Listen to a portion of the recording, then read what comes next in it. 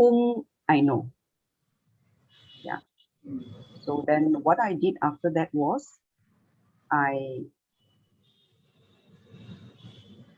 after sending the message,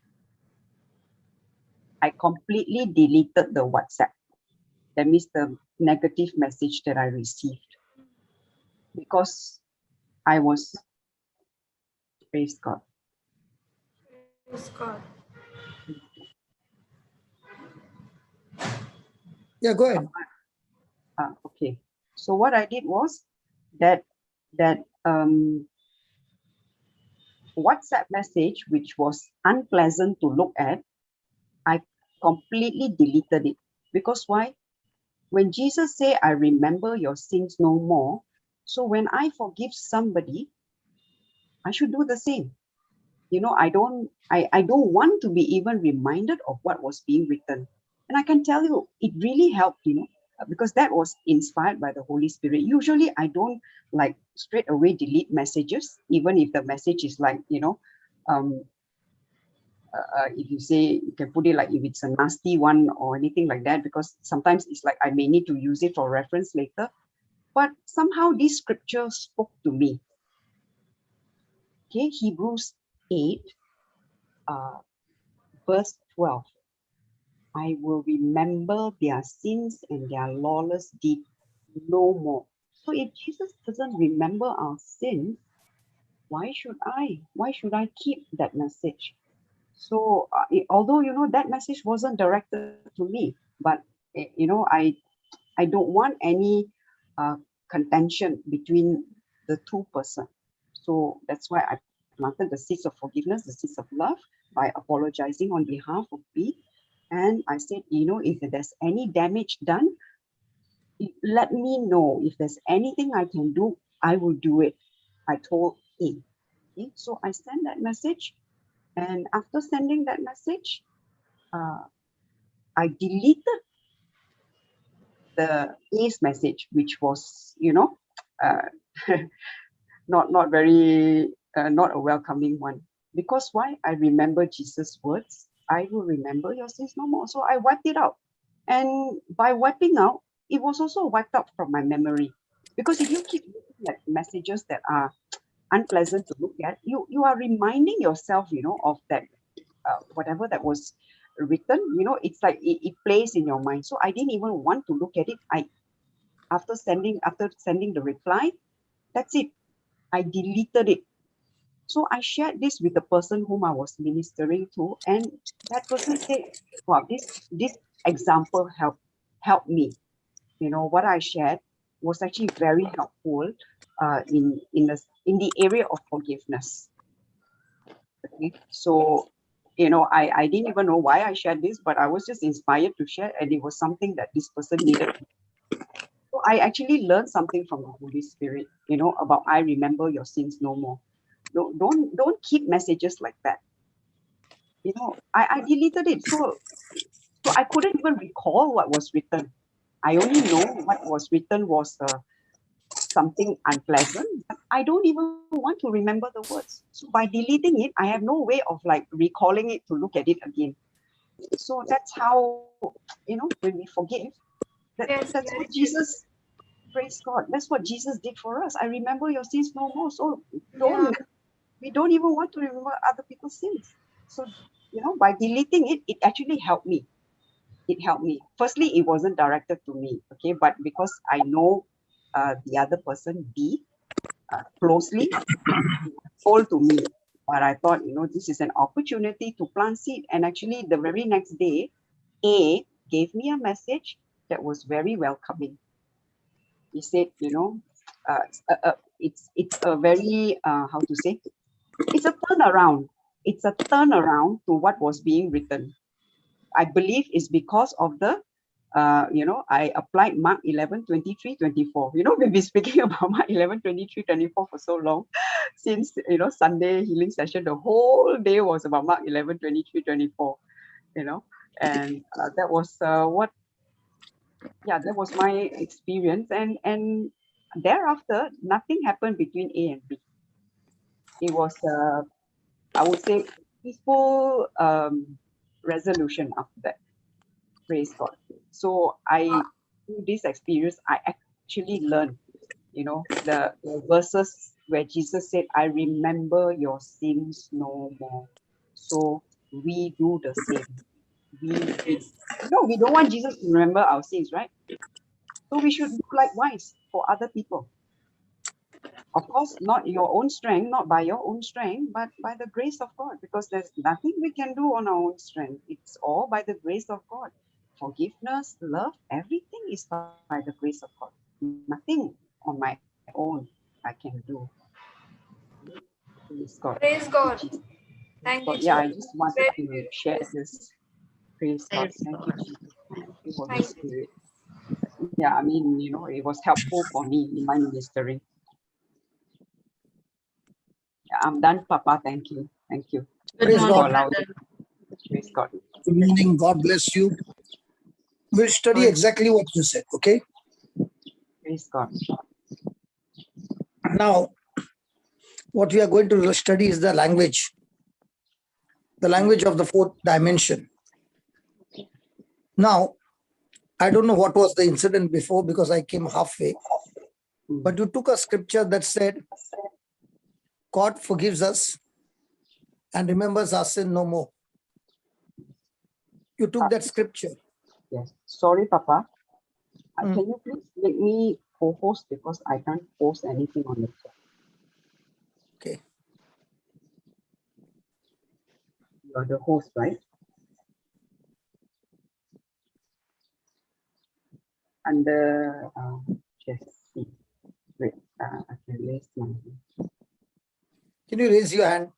I've done so. I've done so.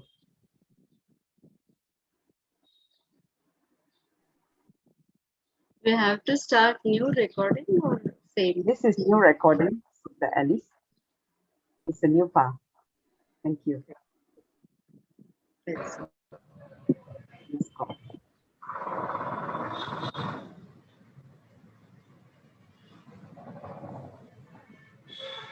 Did you see my hand, Papa? Did you become? I raised my hand, but I'm not yet. Okay, done. Thank you, Papa. Thank you. Done. I can post on the chat. So you were sharing about something that happened, Yes. and I don't know what was that, but you heard the scripture saying in Hebrews that God forgives and he remembers the sin no more. Yes. And you also use that same thing, the parable of the servant was forgiven of 10,000. So the transaction was completed when the king forgave him and cancelled his debts. And that's why you told him, if there is any damage done, I'm willing to take responsibility of it and do whatever I can to sort this thing out. Right? Yes. Now, when you did all these things, you began to do it because it is given in the Bible. Yes. So when you take the word of God and you begin to imagine, yesterday I got a beautiful difference between an imagination and thoughts. Jesse, what is the difference between imagination and thoughts?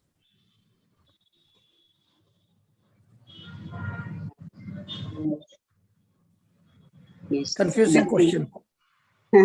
Imagination is having that picture. You go into that fourth dimension as you were teaching us, right? You go And into that thoughts? fourth So thoughts? Thoughts is based on what you are hearing from the word, coming from the word that you hear, that it generates. No, you even if you don't hear, you get thoughts. Yeah, when we see. Okay, I'll give you an explanation. The person who asked me this question yesterday is working on a ship, on a cruise liner. He is one of the top engineers. So he was in his room. He asked me the question with the video off. And just then he put the video on. So the Lord asked me to ask him whether he's at home. So he said, no, I'm on the ship. I said, no, if you can ask anybody, anybody will say you are at home. But the way it looks like you are at home, it doesn't look like you are on the ship. I can't see the water. I can't see anything. He said, no, I'm on the ship. Really, I'm on the ship. So I said, okay. He comes from a coastal belt where fishing is very, very common. And it's the local fishing boats. So I said, all your life, when I say a boat or a ship, what comes to your mind? What do you imagine? He said, the Wasai is a local ship or boat. In that, there are no rooms. Okay? Forget about furnishing. It's just a small boat, fishing boat. Okay. There are only nets. So the moment I say boat, your imagination is what? The fishing boat. Yeah. Okay. But now, when you showed me the cruise liner, I'm looking at it, might be for the first time, and I'm saying, oh my God, this ship is bigger than my building, even bigger than my house. Now, what happened?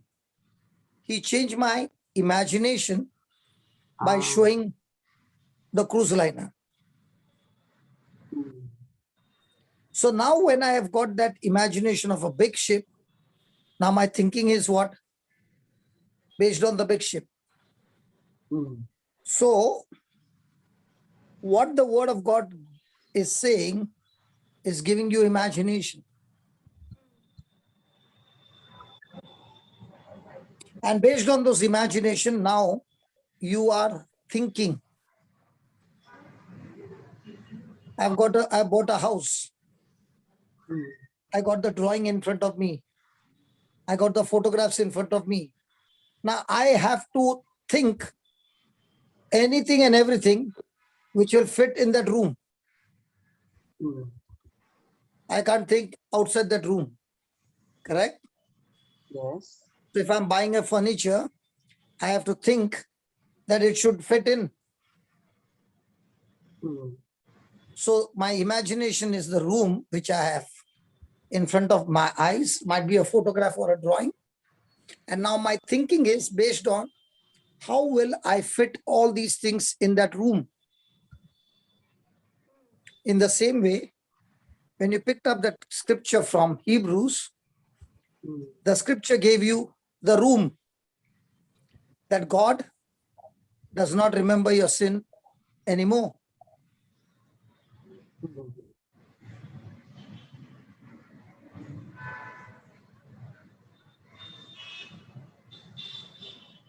Hebrews. I took from Hebrews 8:16. There are a few, I think. Other scriptures also have this, but sorry, Hebrews 8:12. 8:12.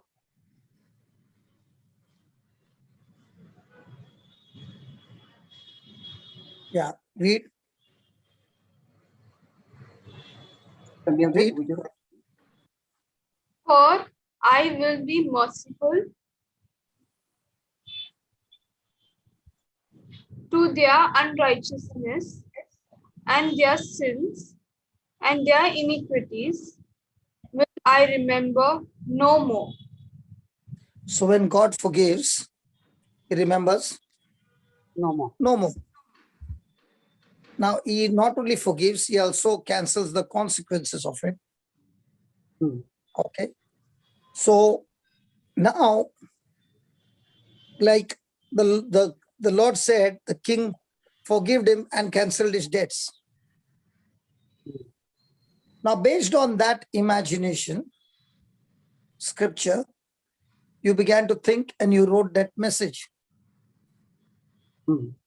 Now, what happens is, this is the time the Holy Spirit begins to incubate that imagination and your thoughts and your words that you are sending. Okay. So the Holy Spirit is using now that imagination your thoughts, your words, all put together, it is faith moving in action, just like God spoke, let there be light, and there was light. So the Holy Spirit, who is omnipresent, he is able to incubate the whole earth. In Genesis 1, he is the same person who is inside of you, incubating your whole mind. So you and I are in the body, and therefore we are limited. But we are spirit being, which can take us out of our limitation into unlimitation. So when I'm imagining, that imagination gets stronger and stronger each and every day as I keep meditating on the scripture. And now God begins to speak to us through visions. You make visions, you dream dreams, and you keep looking at it and keep speaking at it. And this is how the Holy Spirit helps us to cooperate with him, so that we are now able to create those things that God has promised us in his word into manifestation. And therefore, the video is very, very, very, very important. Through making imaginations and dreaming dreams, we can walk out of our limitation in the physical realm and stretch out into the spiritual realm. And therefore, God says, where there is no vision, the people perish. So if you have now, for example, you had not made that vision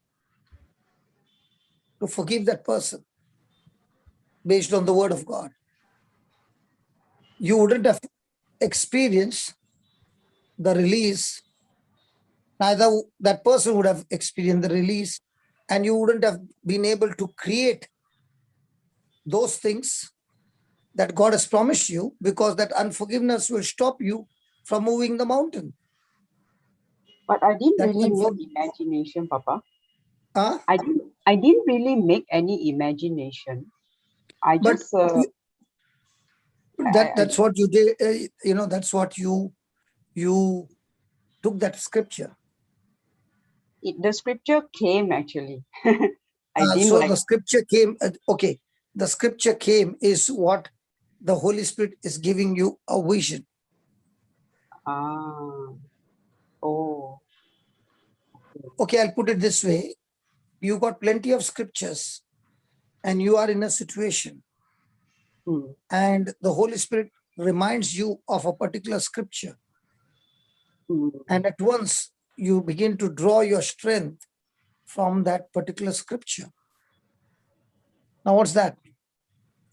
That is God showing you a vision of his written word, in which he's saying, I want you to get your thoughts aligned to this word, all your thoughts, so that nothing can stop you now from creating those things that I have promised you. So God is the one who has promised us through his word, and his word is meant to give us imagination, make visions and dreams, and get our thoughts aligned to that. But what happens if a person does not take the word of God, but takes his problem and starts imagining, which is called as worry? He is not creating something from the kingdom of light, but is surely creating self-destruction, because he is no longer cooperating with the Holy Spirit, he is cooperating with the evil spirit. So when a person is worrying, he's actually moving from the natural to the spiritual. And in the spiritual, there is the Holy Spirit and there are evil spirits. So that's exactly what we learned. Did we learn about Adam and Eve? Yeah, you did cover. We You did learned about cover Adam and Eve, right? How last week. Satan spoke to Eve and gave her words which were lies and got her to imagine that she's already become like God, knowing the good and the evil by those dreams, by that vision. He took her out of her natural and got her to think not what God had said, but what was against God said. So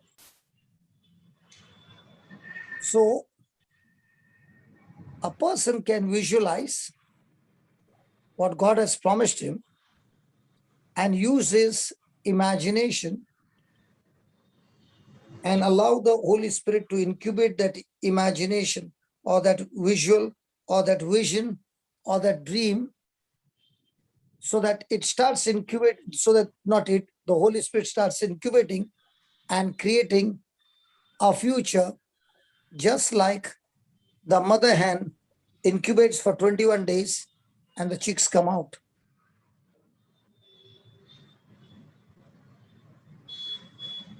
Now, if you take that egg and keep it out for 21 days, it won't hatch. So man has found a way that he begins to realize that at a particular temperature, if the egg is moved, even if the mother hen is not there, it can be incubated in a machine and still the egg can hatch. But the egg should be a fertile egg, a living egg. If it's a dead egg, even if the warmth is given or it is incubated, there's no chick coming out. In the same way, the word of God is like that egg, which I need to take it and incubate it in my heart with those, first of all, with that imagination, what God has promised me, and then getting my thoughts to that, what God has promised me. So let me give you an example. Adam and Eve, how they fell from grace. We did that, right? Did we do that? Yes, but it'd be good if you can explain again. We had done last week, I guess. Okay, just a quick revision.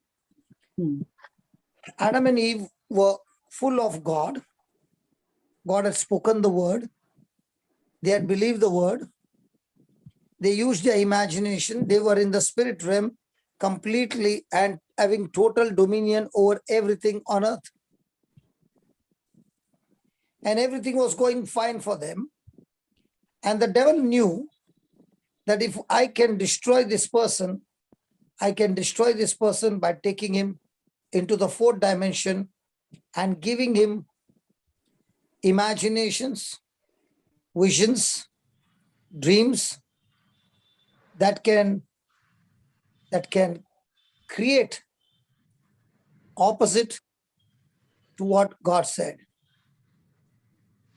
So Satan's tactic was that all I need to do is get Eve out of what God said and make her doubt what God said and make her disobey what God said. And to do that, he had to use imagination. And therefore, he used words by enticing her and telling her, did God tell you not to eat the fruits of the trees of the garden?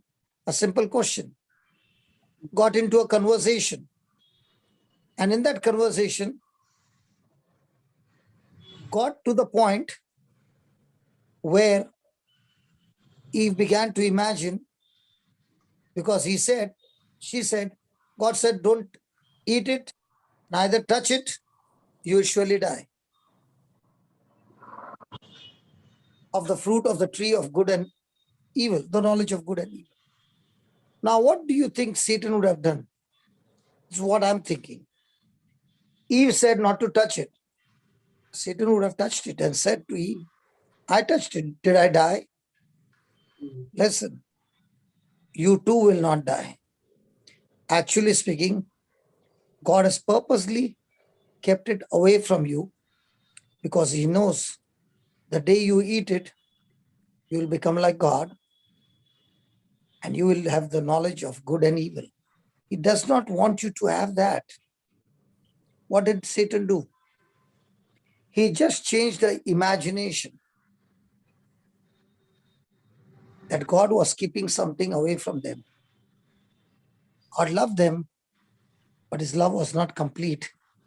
He kept something away from us.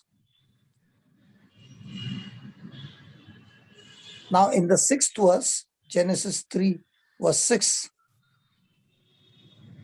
she began to look at it, and now she began to imagine it.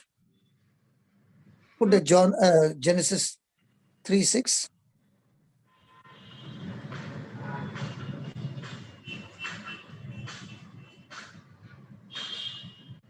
Read. And when the woman saw When the woman saw, that means Satan would have spoken about seeing.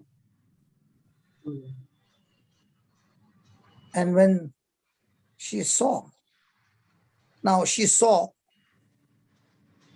with the physical eyes and she saw with the spiritual eyes.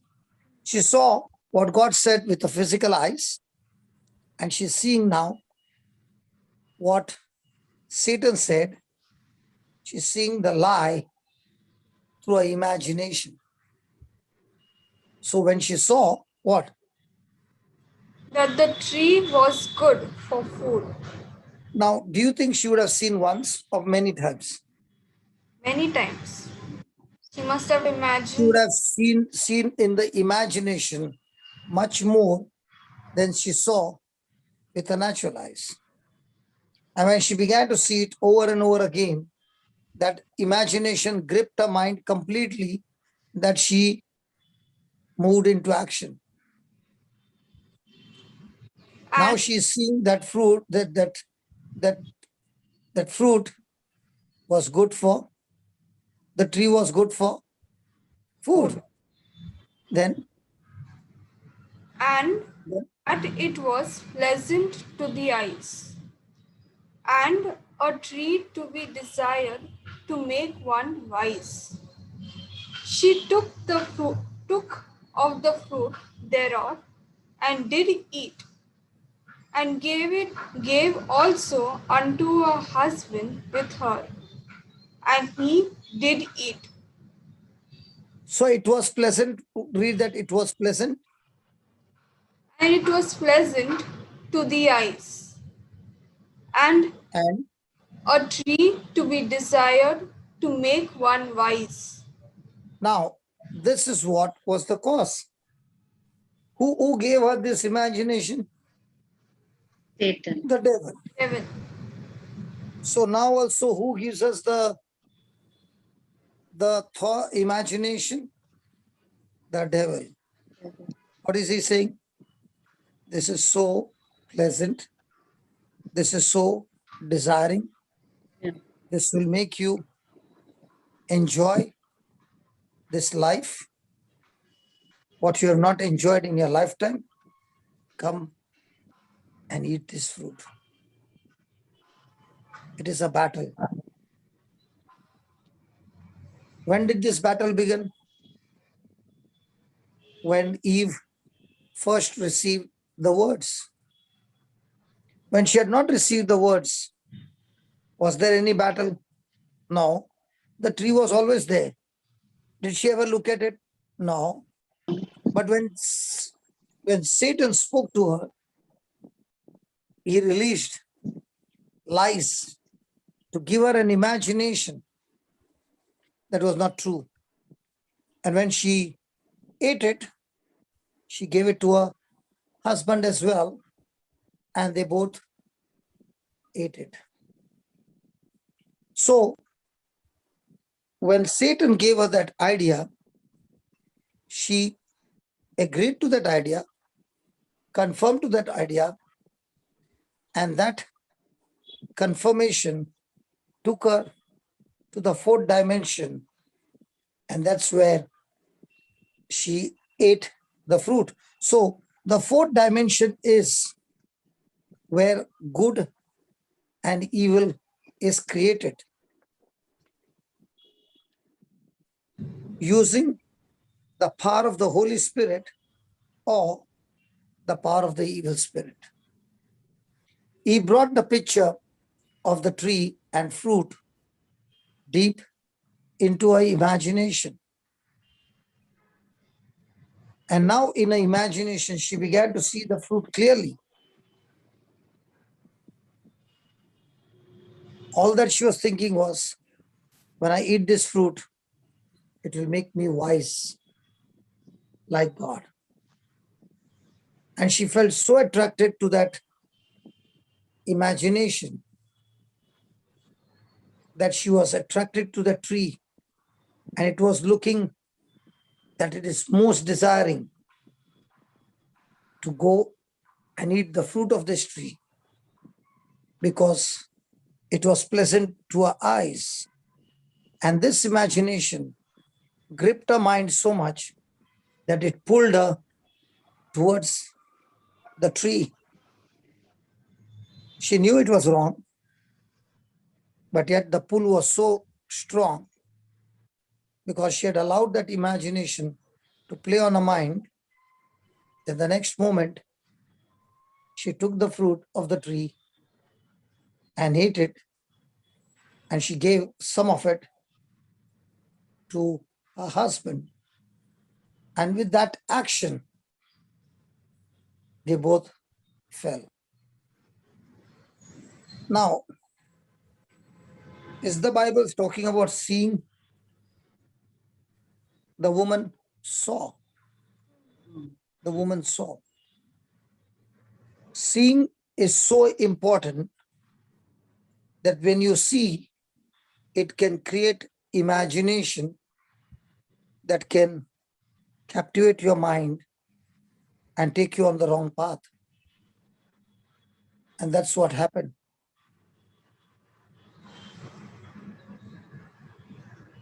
So when a person has been given a message, that person is seeing that message over and over again and is imagining.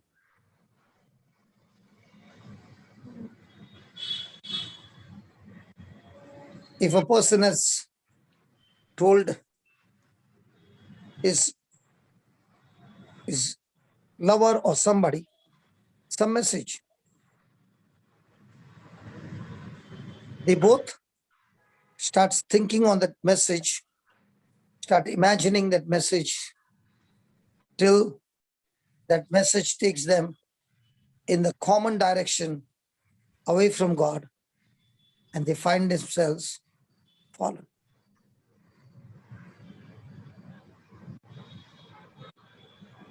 Let's take the other example of Lot. Lot had chosen a land which was green and full of prosperity, but that land was full of sin. And God decided to destroy that land, Sodom and Gomorrah, because if he doesn't destroy, the sin will spread all over the earth and the whole thing will be destroyed.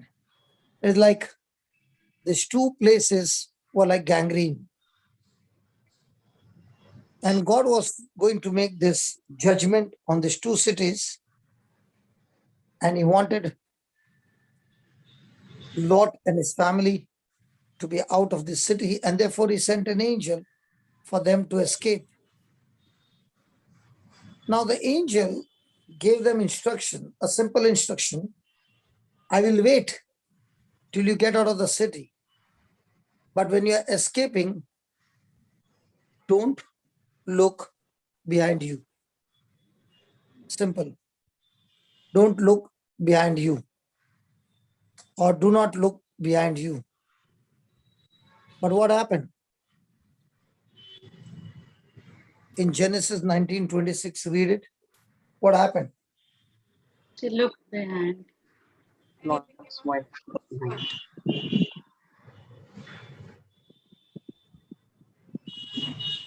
Read. But his wife looked back from behind him, and she became a pillar of salt.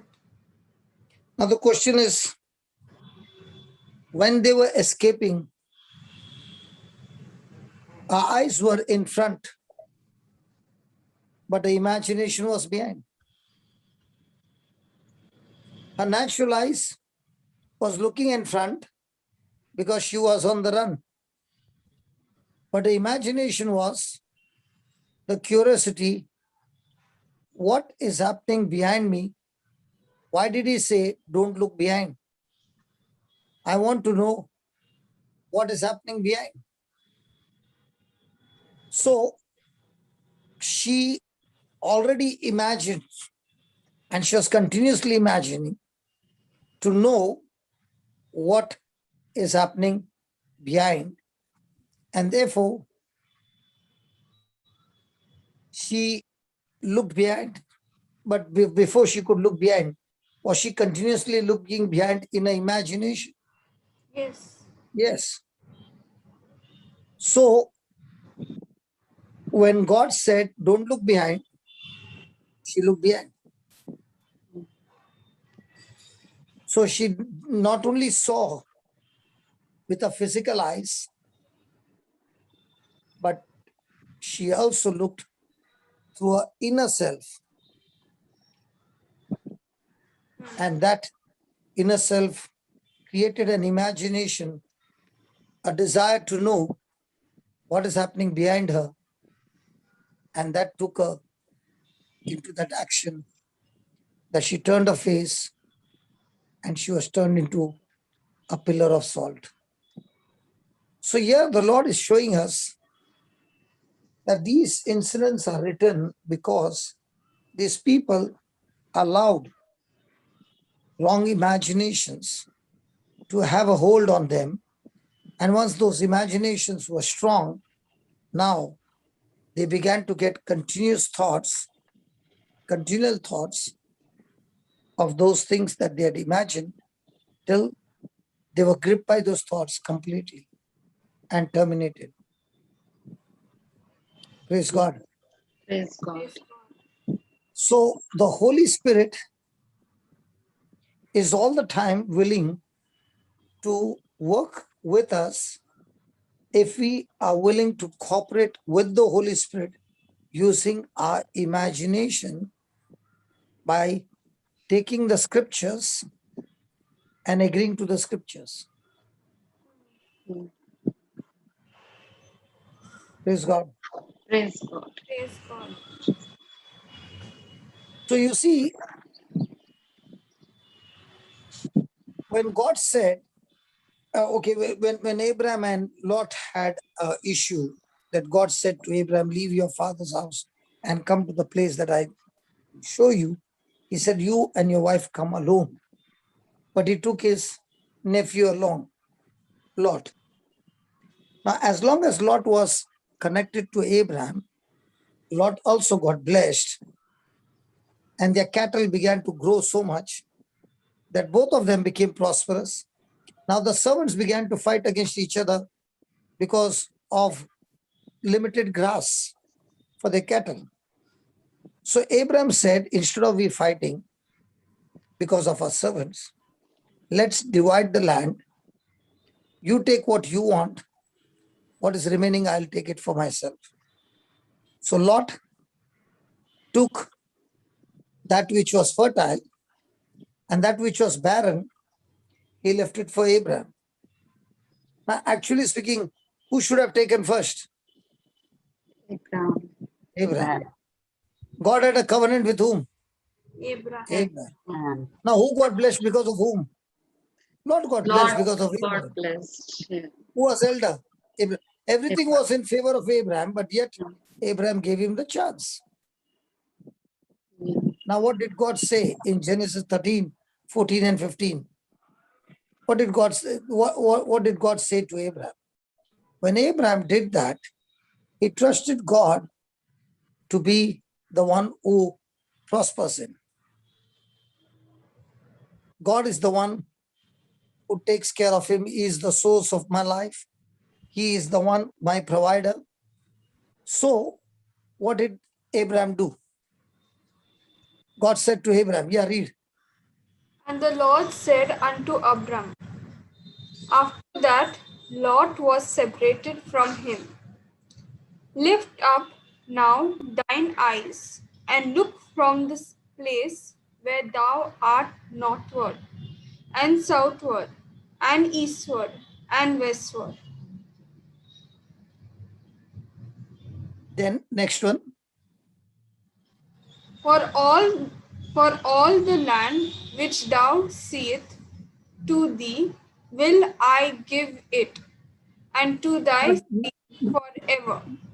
Now, did he say all the land that you see I will give, or this land I've given to you? All the land which you see. So, is there anything special about seeing? Yes, yes. So, you see, the Spirit of God works by our seeing.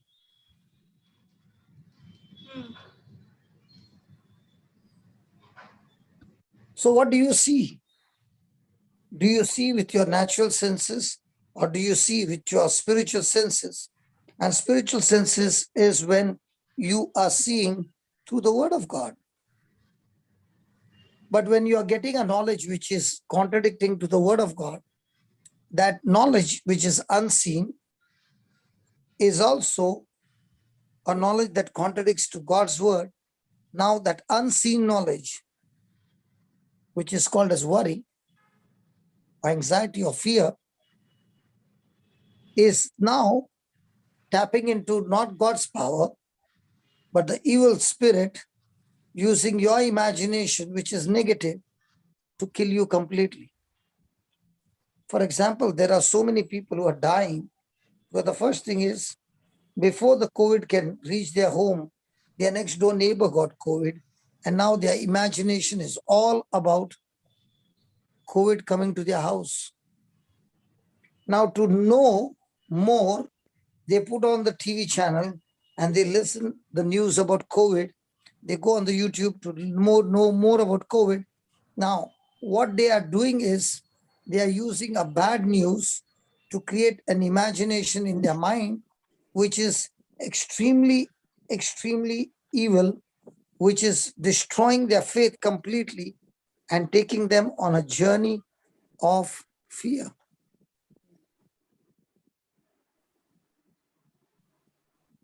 So can that imagination now create fear? Yes. Now, even though the person is praying, but is praying with fear and doubt, is the Holy Spirit, is he cooperating with the Holy Spirit, or is he cooperating with the evil spirit? Evil spirit. And as long as he's cooperating with the evil spirit, will that cause fear to death? Yes. Yes. Yes. So you see, God wants to show us that the language of the fourth dimension is where you are using your imagination, which will connect you to God's word. Your imagination and God's word aligns together and they are in agreement. So now any thought that is going against this alignment of imagination, you are captivating it, not allowing it any liberty. So now the Holy Spirit is able to do exceedingly abundantly far more than you can ask or think or imagine. Why? Because you are aligning your imagination to the Word of God.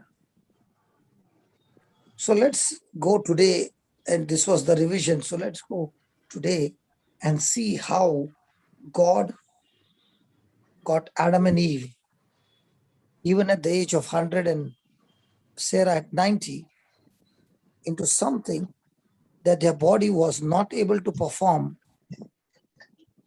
is able to perform at this age, even though every medical science will say it is impossible. So God wants to show Papa, how this is possible. Yes.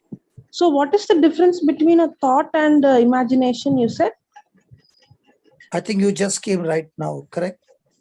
No, you said in the beginning the difference, then you explained about imagination. So I do not No, understand. no, what did I say? What example did I give about imagination? You gave about how Lot's wife, about Eve, No, then you did not come to the first one. First example. about that The first brother. example is, Brother in this the is a ship. very easy. He was sitting in the brother who called you. Bernard. Bernard. He imagined about. So all our life, we have seen a ship, which is a small boat. So you can't see a furnished room over there. So you can't imagine that. But the moment he showed me a cruise liner, and he showed me that big ship. Now, can I imagine? So you're okay. That means what you're saying is. So now, listen. So now, when the Lord is giving me a promise, all those who believe in me, they shall cast out demons. Now, are you getting now that the Word of God says, I am empowered by God to cast out demons, which I never knew.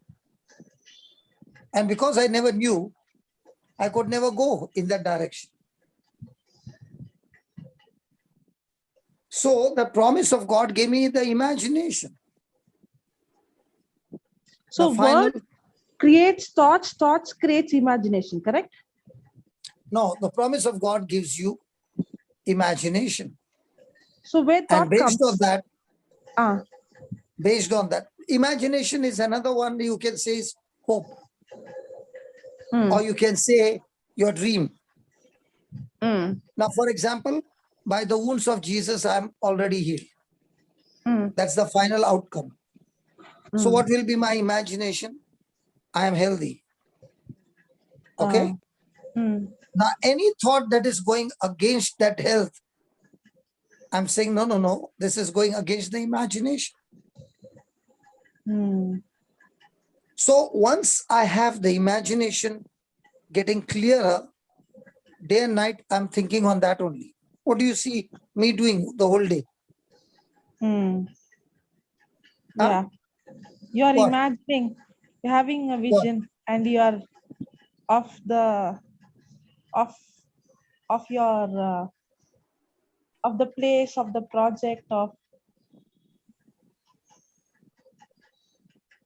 and it is developing every day. It is growing. So it is growing. Yeah. Now the first day when I spoke, I was talking about the place. So I was searching for a cheap place. Yeah. So that it could begin. Now, as we were going on, somebody else gave me a message. Because they told me not to speak their names. Okay. And said, so-and-so wants to give so-and-so. Now, at once, did that word excite me? Yeah. Yes. Why did I get excited? Because I believed. Actually, it was like it was, when you said, first we had to start speaking, we had to start imagining, and then it opens up. About 2 weeks back, I told, when we had a meeting, that unless we speak it, it will not grow. Yeah. Unless we seek it, it will not grow. Yeah. And your sister is a witness there that I'm talking so many things about this place and that place and asking her. Yeah. Okay. So did I spend hours? Yeah, Yes. correct. Did I spend? Yes. Now what Yeah. was I doing? I wanted to move in the direction that God had promised me. Without And any the Holy evidence. You did not have Without any any- clue. Nobody spoke to you, nothing. nothing. So I began to make those imaginations and began to move in that direction. Yeah. Now the Holy Spirit is saying, instead of you going there, I'm the source. I will give you something better. Mm. Don't go there. So Mm. the Holy Spirit is seeing that in my heart, there is only one thing. I've got Mm. zero profit in this project. I've Mm. got zero ambition for myself. Mm. The only ambition is that the kingdom of God be established in the hearts of those people, Mm. right? Yes. So when I began to think those imagination, now thoughts began to come. And now every time I'm eating food, I'm talking the same thing. I'm talking to my wife the same thing. I'm talking to my son-in-law the same thing. Now they can see that I'm not even coming out of my room. At Mm. least previously I used to come out of my room. Mm. Now they're seeing he's got locked up in the room. Mm. Even when my wife said, "You want dinner?" I said, "No, you just keep it. I'll come and eat." Now the dinner is outside. I've not yet eaten. I've not Mm. yet eaten. Because my stomach is full. Mm. My stomach is absolutely full. My natural senses are now moving in only one direction. Mm. I haven't slept. But at the same time, I'm already imagining. And every day it is growing. Mm. Now, even that food, Mm. all this time I never had this thought. Suddenly, the Holy Spirit inspired me to go about. So I began to ask, what is the thing happening and all that. Got some information and began to think. Now my imagination is, if I give it to the caterers, the price is this much. I know in new creation how much it would cost us. So if I make my own, it will cost me this much. And this, if I make it for 6 months, the price difference will be in lakhs. In lakhs, not lakh, lakhs. Mm. So why should I give the catering fellow lakhs when I can get it done, which I already know? So if I save those lakhs, I've extended another 2 months. Mm. So now the imagination is getting bigger based on the promise. There's no selfish ambition. And every thought day and night is moving in that direction. So what is happening? That imagination is getting incubated by the Holy Spirit. Mm. That is why I always use the word "I'm pregnant." And people start laughing about pregnancy, because I understand when a woman is pregnant, she doesn't even know, but through the umbilical cord, the baby in the womb is receiving everything needed for the baby to grow. In the same way, when you're pregnant in your imagination and the promise of God, that is your umbilical cord to get that dream and that vision which is inside you into the natural by creating it from the invisible to the visible. Amen. And that is Amen. the power, and that is the power of the Holy Spirit. And that's how it works. Mm. So if Abraham would have seen that land, north, south, east, and west, and God said, "I've given you this land," God will not give him a barren land. So he knows that Lot picked up the best land. But he also knows that even if he picked up the best land, my source is still the same. Let's say I've got a very fertile land and the source, God, is not on my side. I can have the crop till now, and tomorrow is my harvest day, and tonight the rain can come and damage the crop in one night. Or the field can get into a fire. So when I've got my source on my side, then I am being protected, provided, taken care of. So my thoughts are aligning only in that direction.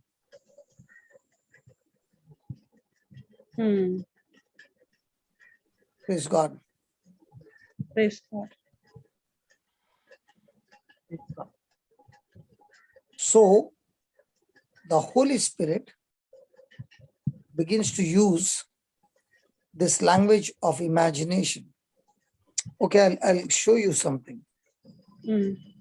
In Acts chapter 2, I don't know the verse, but this verse came to me right now. When Peter is preaching, he says, in the last days, I will pour out my spirit upon all flesh. From the prophet Joel. Just go down. Down. Yeah, from here. When he's preaching, Yeah, 16. 16. Read that. But this is that which was spoken by the prophet Joel. And it shall come to pass in the last days, said the Lord, I will pour out of my spirit upon all flesh, and your sons and your daughters shall prophesy, and your Shall? young No, shall? Prophesy. prophesy, Prophesy. Then. and your young men shall see visions, and your old men shall dream dreams. Now, why is God saying that your sons and daughters shall prophesy? Speaking Your sons and daughters will speak God's. my word, and they shall see visions. What does that mean? That word is what brings the vision. Yes. That word is what brings the dream. And the Holy Spirit has been poured into you so that you get the vision right, you get the dream right, and now you are not interested in anything other than your vision. Wow. You have found your purpose in life, that you're not interested in anybody's project. You are interested in the project that God has given you. You're not wasting your resources. You're not wasting your time. You're not interested in anything else but that vision. Now, I can have a vision. You can join with my vision. The others can join with my vision. So my vision is that we have this place where the aged home, where these people are taken care. On the other side, we also start taking the dropouts and the people who have no jobs and teach them the basic to take care of these people. At the same time, teach them the word of God so that they become extremely spiritual, so that they get a good salary, a good future, and they become spiritual people. Instead of becoming a criminal, they will become good citizens. Amen. So it is not that I will be doing everything. My job is limited to one thing. Somebody else will come and take the baton from there and take it from there to another thing. So each one is specialist for each vision, but all put together in a link the whole army working together, all the parts of the body working together. Now we are truly the body of Christ. But this body of Christ must have the right vision and the right dream. Supposing the person in between has got selfish ambition, then that corrupted flesh thinking will cause damage to the whole project. Correct. That is why when you have in the team all who are spiritual, there's no issues. Now I've got no issues regarding the timing. On Zoom, we have a meeting. When you say, okay, 10 o'clock is the healing session, what time is the shutdown? No time. Now, no time has never been a no time. Even though we had our own place, there was always a time. But now, the team, I'm not even there on Sunday. But you all sit more than 14 hours, 12 hours, 14 hours with a vision that God, these people who are coming here, not only get healed, but they get into a fellowship with you.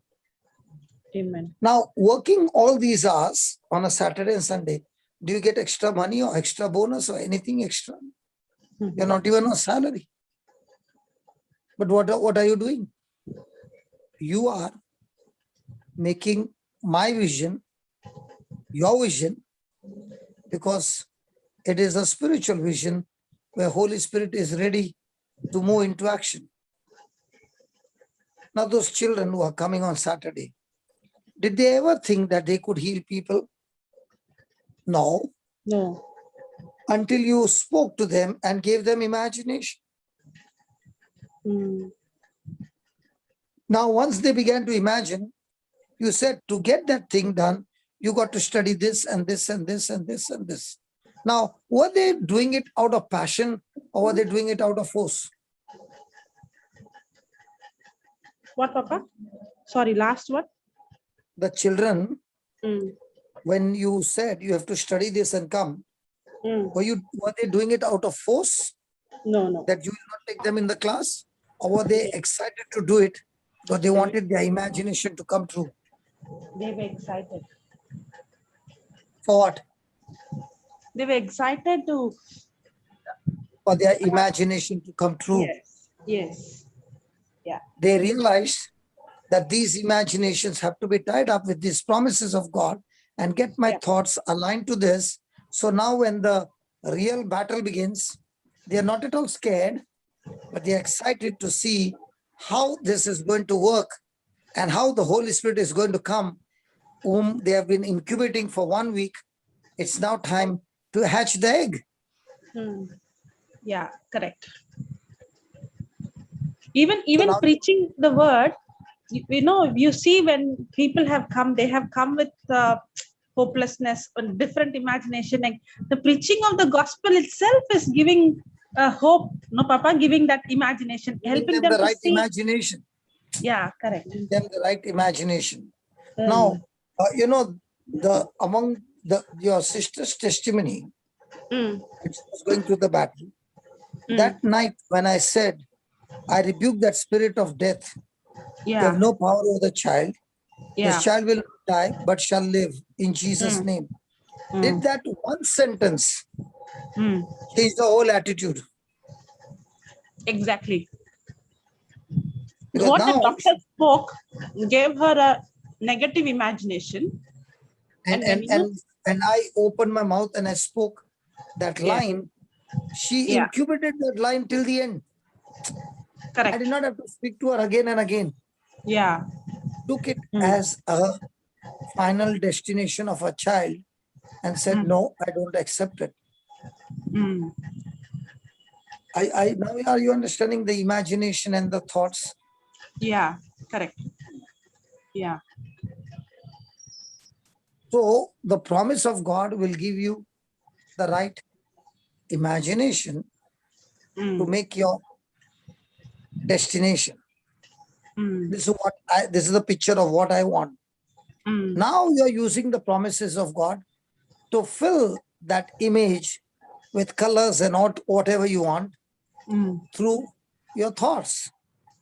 And now these thoughts, when you are getting it, meditating on it and speaking it, you are exercising your assurance, your belief, your faith.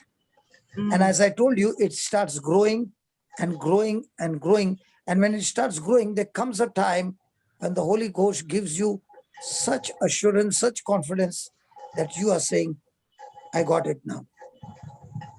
And now that you got it, now that you got it in your assurance, now the baby is growing healthy. If you don't have the assurance, then the baby is growing in malnutrition and can end up with a miscarriage.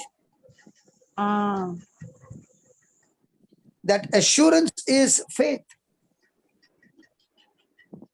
Correct. If that assurance is turned into worry or doubt, God says such a person will get nothing from God.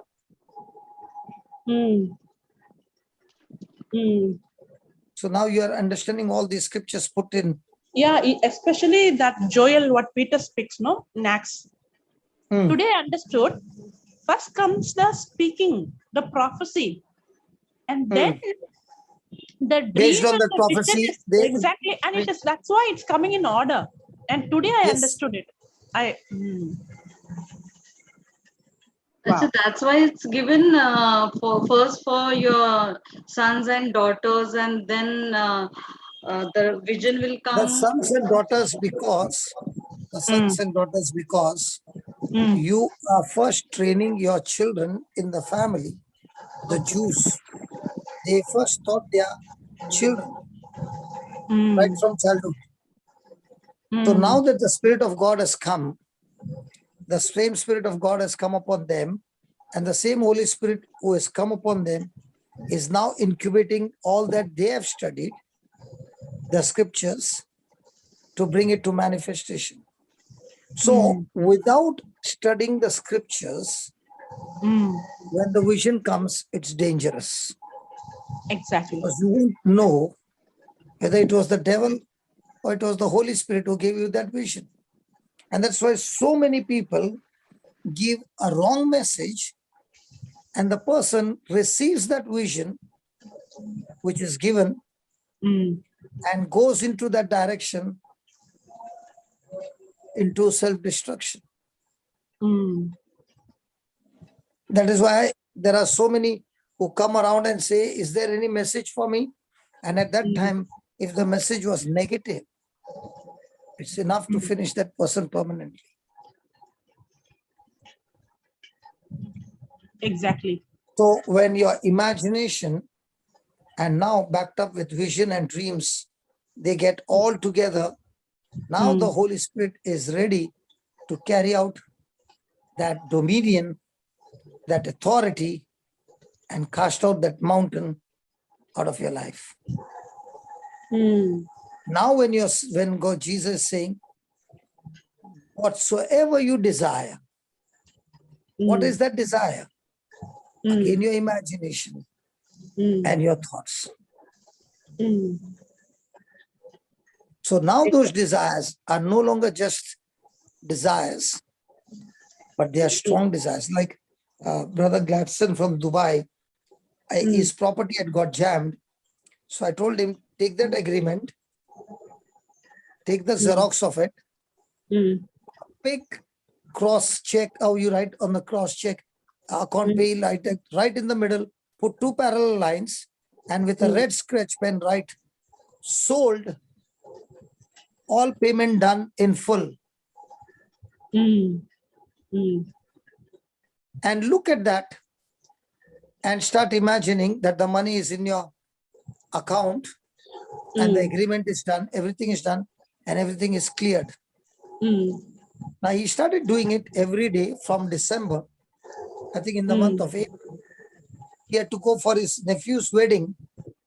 And when he went there and he landed there, the man thought, the man did not know he has come to India. He called him up and said, I'm ready with the money and everything. Can you just come to India urgently and we Wow. can finish the transaction? And he said, I'm already in India. We will meet tomorrow. Yes. So tomorrow, Wow. the next day, they went to the register, got it transferred, everything. And the next day he flew back. So he went for his wedding, got this thing done, and he came back and he said, brother, this was supernatural. Mm.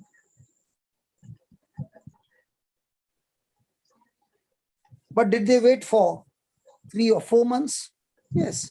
What was that 3 or 4 months? Incubation time. Mm. So is there going to be incubation time? Yes. During the incubation time, can you see any change on the egg? No. Mm. But if you put that egg in a dark room and take a mobile light and keep the egg on that mobile light, you can see the heartbeat of the chick. Mm.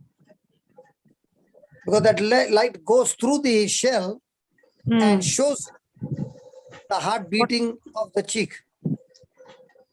After I The think, light shows what is in the unseen. yes, yeah, it shows. I think after 8 or 10 days, you can see it. Okay. Okay. You can see the movement. Mm. And as days go by, when you put that egg again, you can see the different parts of the body form. Mm. Okay. It Wow. should be a dark room and only the light passing through. In the same way, Mm. the light of the gospel passing through, you can see what is not seen with your natural eyes. You can see it with your eyes of faith. The mountain has been removed and new thing has been restored. Mm. But the question is, can the mother hen see it? No. No, she doesn't have a torchlight. Do I have a Yeah. torchlight? Yeah. Yes. So am I superior than the mother hen? Yeah. Yeah. Yes. That's why I can. Now, in the same way, I can't see the egg getting incubated, but can the Holy Spirit see it? Yes.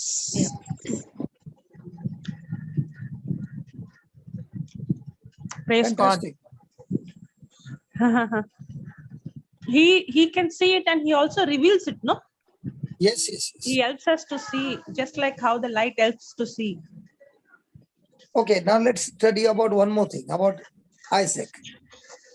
Let's use this same formula for Isaac. Now, when you look at Abraham, he is 100, Sarah is 90. Is there any chance? No. No. Now, when Sarah was young, she did not get a child. What makes you think now she can get a child?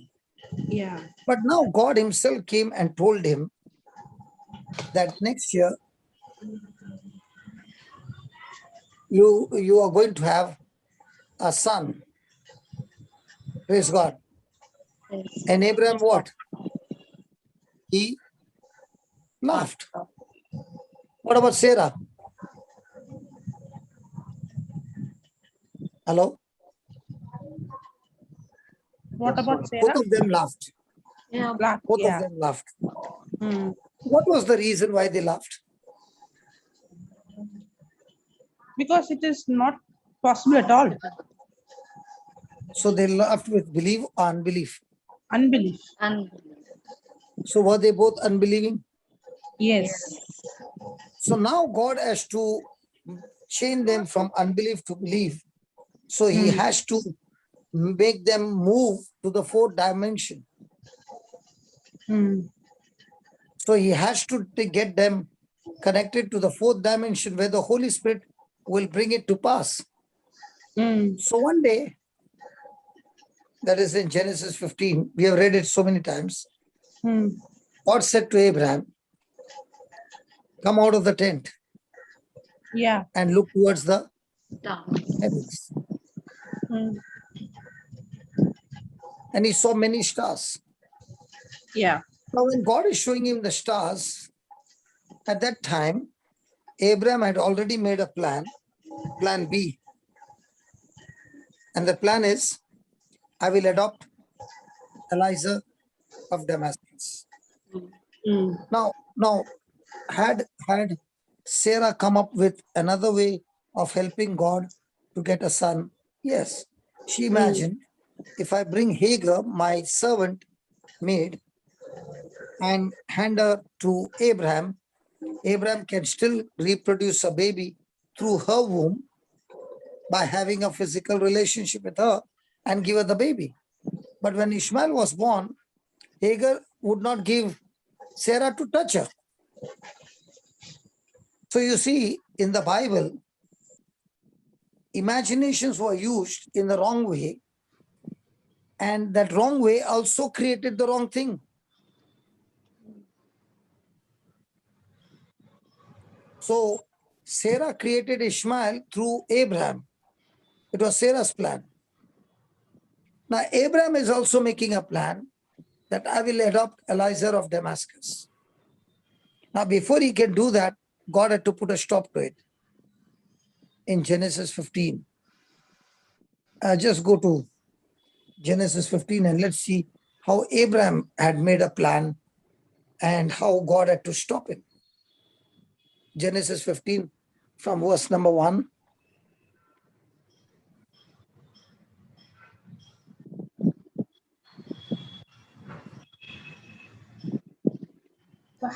After these things, the word of the Lord came unto Abram in a vision, saying, Fear not, Abram, I am thy shield, and thy exceeding great reward. Then go on reading. And Abram said, Lord God, what wilt thou give me? Seeing I go childless, and the steward of my house is this Eliezer of Damascus. Then And Abram said, Behold, to me thou hast given no seed, and lo, one born in my house is mine heir. And behold, the word of the Lord came unto him, saying, This shall not be thine heir, but he that shall come forth out of thine own bowels shall be thy heir. And he brought him forth abroad. Sister Marietta, please scroll down. And said, Look now towards heaven, and tell the stars, if thou be able to number them. And he said unto him, So shall thy seed be. And he believed in the Lord, and he counted it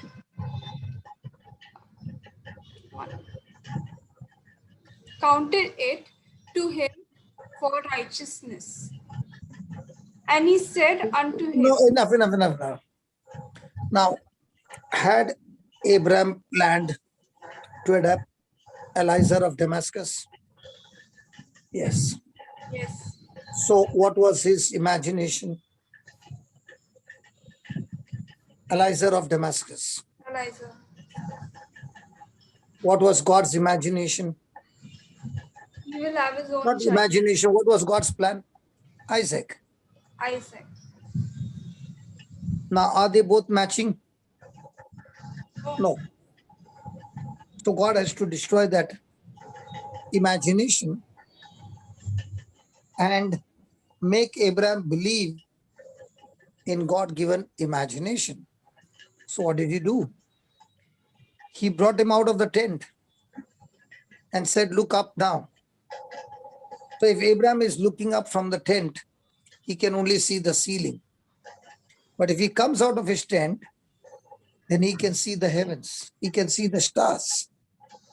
In the same way, if we come out of our religious spirit and come to the knowledge of the truth, then we can see everything through the new eyes and not through the religious spirit of some worldly philosophy.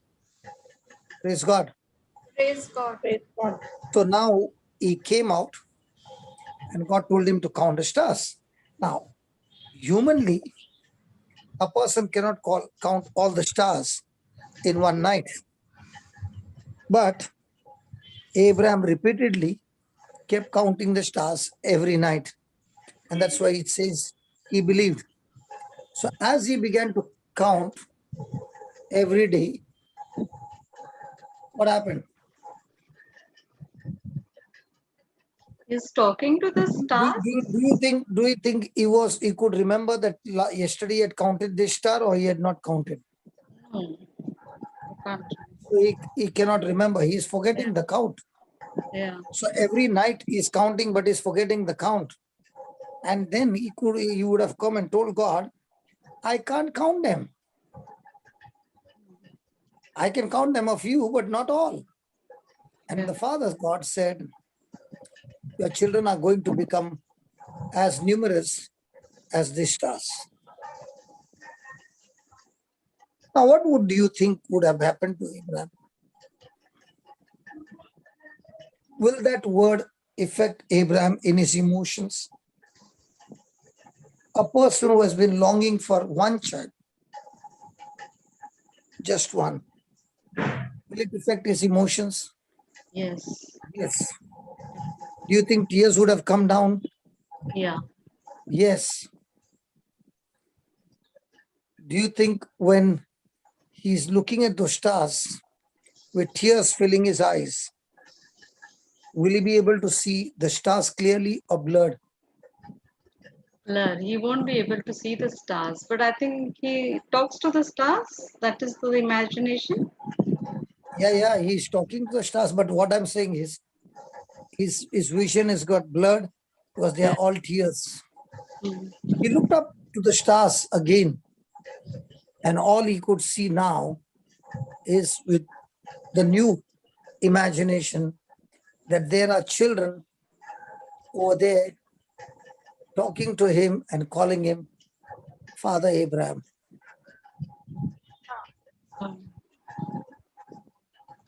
His imagination has changed from stars to the faces of his children, his generation, who are all going to call him Abraham.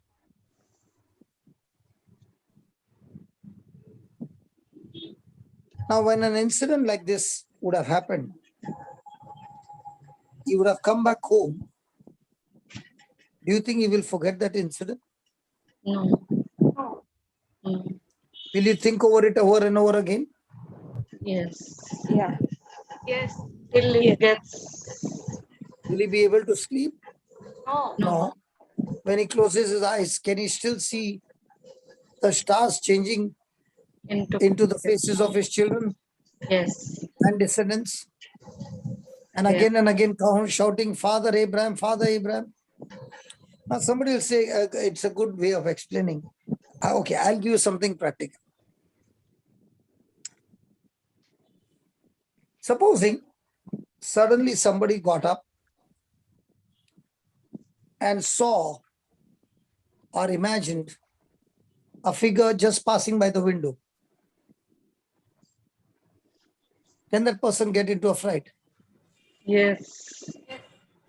Now, how many times do you think that person will be thinking on that one image?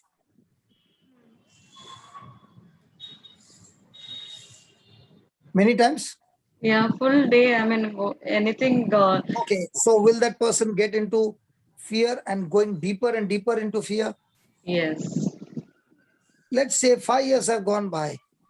Can that thing still keep hovering that person? 5 years.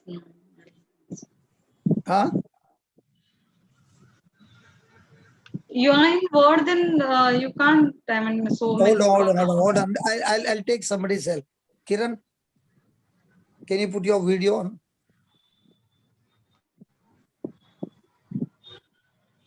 You used to get bad dreams, right? Yes.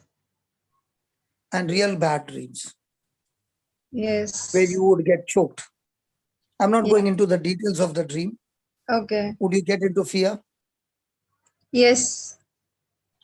Now, even to get a normal sleep, would be fearful. Yes. I would be afraid. Because you would say, I don't know what's going to happen at night. Yes. And when you would get the dreams, it was actually happening on your body that you would get choked and you could not even wake up your husband. Yes. You could Yes. not even open your mouth and call out his name. Yes. And there came a time when the dreams were no longer dreams, you would see it actually. No. That was a dream only. I never saw that real. In real, I didn't see. Okay. In real, you did not see. You did not reach up till there. Thank God.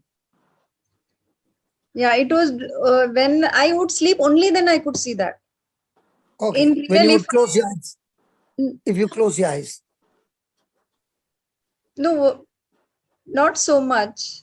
If I close my eyes, yeah, if I can remember the dream, then the whole day I would feel that if I close my eyes, I can feel that dream, that what dream I got. But it was in real, when I open my eyes, I cannot see. But when I'm closing my eyes, but it would affect your health. yes, because yeah, very badly. I would not get up only. I would not feel heavy whole day and sick and scared. And then it would cause a damage to the whole family because of that. Yes. Now, when you came to the word of God, in the beginning you did not understand, and you would call me and I would ask you, okay, let's pray. And I would say, imagine Jesus' blood and Jesus' wounds on the body. And I want you to keep looking at that body and blood of Jesus. Yes. And after sometimes even 1 hour and 1.5 hours, you would be calm. Yes. But as this kept on going, the dreams started getting weaker and weaker. Absolutely. And And now I don't get dreams like, so bad dreams. Not at all. So now you began to feed on the word of God. Yes. So the word of God now started giving you more imagination that you are in authority, not that spirit is in authority. And as you began to grow and grow and grow, and I think that was the last time when you woke up your husband, and then you were talking to me, and your husband saw that you were so restless, but talking to me in 5-10 minutes, you were back to normal, and you went to the kitchen and started doing your work. And that was the time when I spoke. That is the time I spoke to your husband. Yes. But as you came onto the panel, now everything has become full stop. Absolutely. So, was that a process? Yes. It was a very long process. It was long because you made it long. It was Yeah. long because you made it long, because there was one big issue in you, was that somebody has done occult and somebody is still doing occult. And I said, even if somebody has to do occult, the power in you is greater than that. But your mind was, no, there is an occult. Yes. So what knowledge you got, that knowledge kept you in bondage all this time till the knowledge of the word took over, and now you have become fearless. Yes. But totally, how many years did you suffer?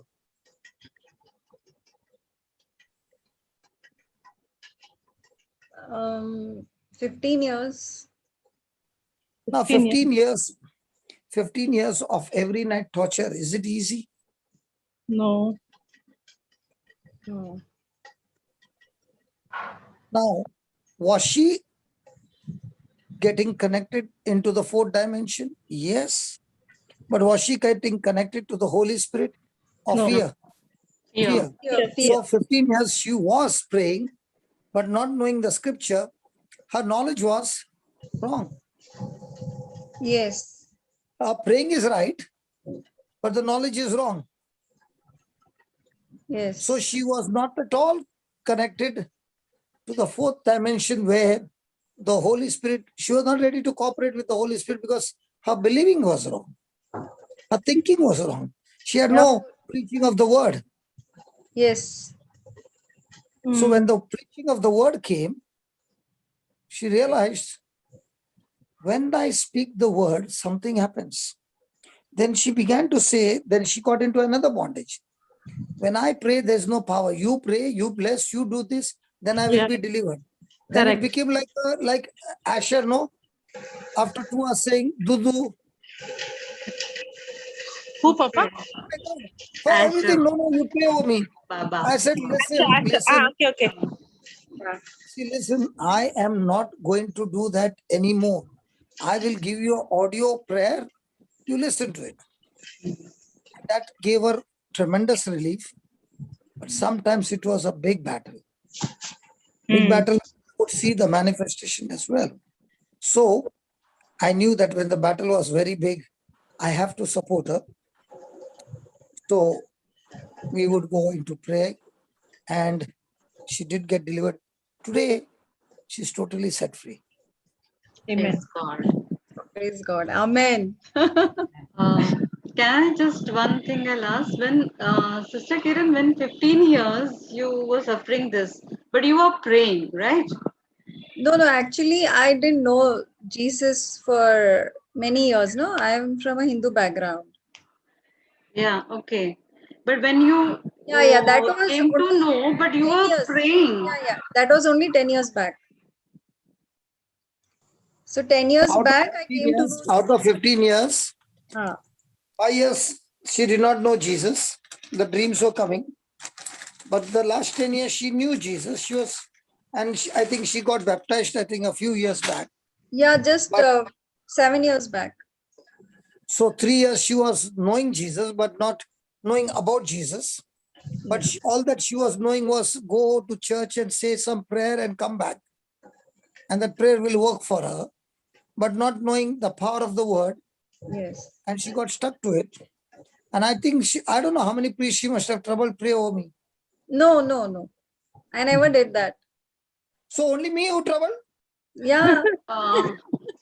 Can I interrupt? I mean, just to understand. No. Why did you trouble me then? Why not all the others?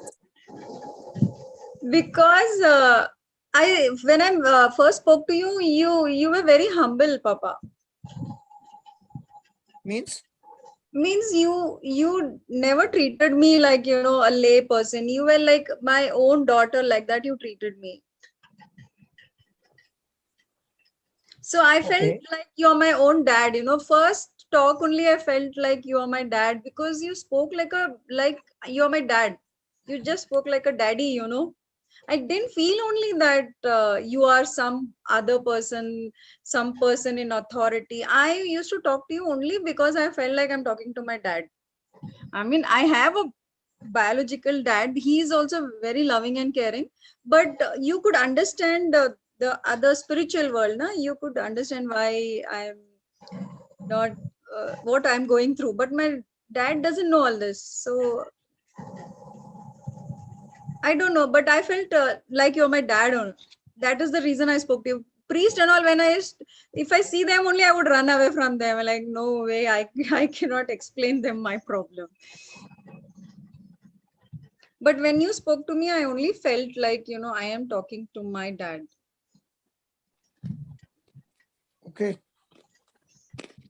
Yeah, Alice, you wanted to ask us some questions. Yeah.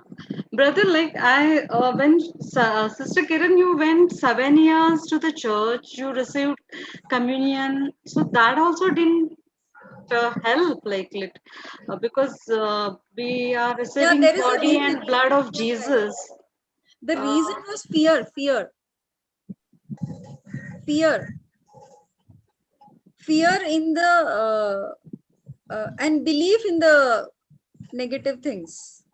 Sister, she was taking the body and the blood, but she did not know the truth. No, she was still believing the lie. Yes. Okay. So she had no faith. Devil has no access in your life without a lie, no? Yeah. So I would be, see, my major problem was fear. I was afraid, that's all. I can say. It was only fear that had stronghold in me.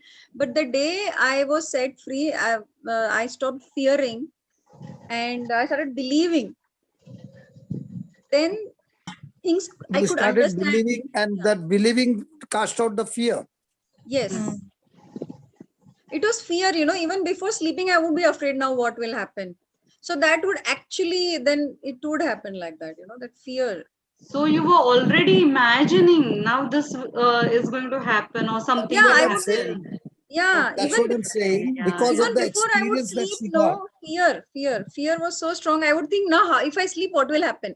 So that was 24/7. I had those thoughts, what will happen, and it would happen Hmm. like You're that. expecting. So Like she how was we actually, say we are healed, and we are Yeah, healed. I would That meditate on way. the negative things. I would Okay, meditate on the okay. wrong. Right. I got so it. she was incubating, but in the fourth dimension, not on the scriptures, but on the occult, especially the occult, because she was sure that somebody was doing it. And she also believed that this is the person who is doing it. So every time she would look at that person, she would get, palpitation Oh, that this person is going to finish me. So praise God. That praise journey God. is over, and in the future, she'll be setting so many people free from the same journey. Amen. So the reason I'm telling her is because what she was going through, I had a first-hand experience because I was myself caught up with that. So I knew exactly what she was going through and what exactly God taught me to come out. So I was giving her homework. She was doing the homework, but she was still, her imagination was on the wrong side. Her words were right. What she was doing homework was right. What she was praying was right. But the believing part was wrong. That is, video or audio was not matching. No. So just in the same way, the picture came to Abraham in his mind again and again because of his own imaginations, dreams, desires, the pictures that he made, praise God, based on what God said. And that is where he got connected to the spiritual realm, the fourth dimension, began to see now no longer the stars, but the faces of his own descendants. Now, these visions, these dreams carried dominion over his 100-year-old body. Okay. So he began to become younger, whereas Kiran also was imagining, but she was imagining the wrong thing. And that's why she was always in a body pain. Always she had body pain. Always she had different sicknesses. Now, the moment she got into the word and began to imagine the right thing, her body began to get transformed and she became more and more healthy. And I don't think so now she has got any issues. Kiran, do you have any issues now in your health? No. So everything is gone.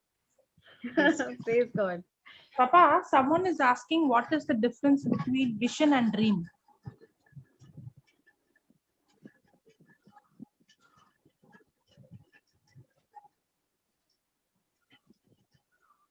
Vision is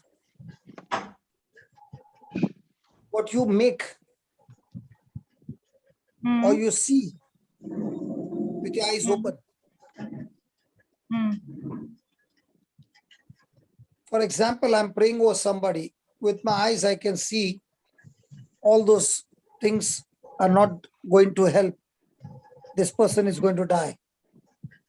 But the faith at that moment is not the same for every person and every moment. At that moment, the faith level might be so strong that I can see with my eyes Your open. voice is breaking, or for me, it's getting cut. I don't know. Okay. It's breaking for you, not for others. Okay. Okay. So with my eyes open, my confidence is so strong under the anointing of the Holy Spirit that it becomes a vision. Say that again, Papa. Okay. Let's put it this way. You saw me doing hands and legs. Yeah, correct. So you made that imagination. I also can do it, because in our ministry, we say we all can do it. Yes. According correct. to the word. We don't Yeah. say that only I can do it and you have to only assist me. No. No. That's not what the Bible says. Bible says we all can do it. Yes. So at once you got into that imagination. Correct. There came a time when you got an opportunity. Yeah. So now when you're looking at that leg or hand, you can see with your natural eyes that this person has really got a short hand. But your confidence is so strong at that moment under the anointing that you have already seen it grow before it can grow. Correct. See, there are many times when we are praying, Yeah. I tell that person, say 20 times. Okay. But there comes, the person must have said second time only, and it has triggered my spirit. It's that done. It's already done. Done. So Correct. I don't wait for the 20th time. I said it is already over. Already done. Yes. Sometimes Correct. it is that a person is talking to me. We have not even started to pray, and Yeah. it is already done. Correct. Yeah. So that is in your spirit. You see it. Yeah. Now I cannot explain to you how I see it. It's in the spirit. It's not through your I senses. understand because I have experienced it. Yeah. Okay. But a dream is when you are gone to sleep, and in that sleep, God speaks to you. And also I can dream is something I can make a vision and keep dreaming about the vision. Correct? Yeah. But the dream that Joseph got regarding Mother Mary was God-given dream. The dream that came Joseph into got, sleep. it was God spoke to them in a dream so that they would incubate that dream and get into the right direction. Exactly. Understand. But Okay. when a person is not founded in the word, will very dangerous, because any dream the person will say God gave me the dream. No, not at all. Not all Now, the for dreams. example, a vision. There was this that in those days I used to go to attend retreats. Okay, I was not well versed in preaching, so I would go there, and this was a retreat where it was a intercessory prayer. So after sharing the word, the preacher said, now you go and find a person whom you don't know and ask the Holy Spirit to ask your Holy Spirit to reveal what to pray for this person. Okay, don't force yourself, pray. So there was this lady who prayed for the other one, and now it was her turn to pray. So if you get some message, you can speak, okay? But don't force yourself that I got a message. If you did not get anything, it's okay. But don't give a wrong message. Okay. So this lady asked the other lady, I prayed over you and I gave you the message. Now you prayed over me. What did you get the message? So this lady said, I got a message, but it's dangerous, so I don't want to tell you. If she said this, will it play on her mind? Yeah, surely. Now I want to know what it is. So she said, it will be hurting you, so it's better that I don't say it. Will she keep quiet? No.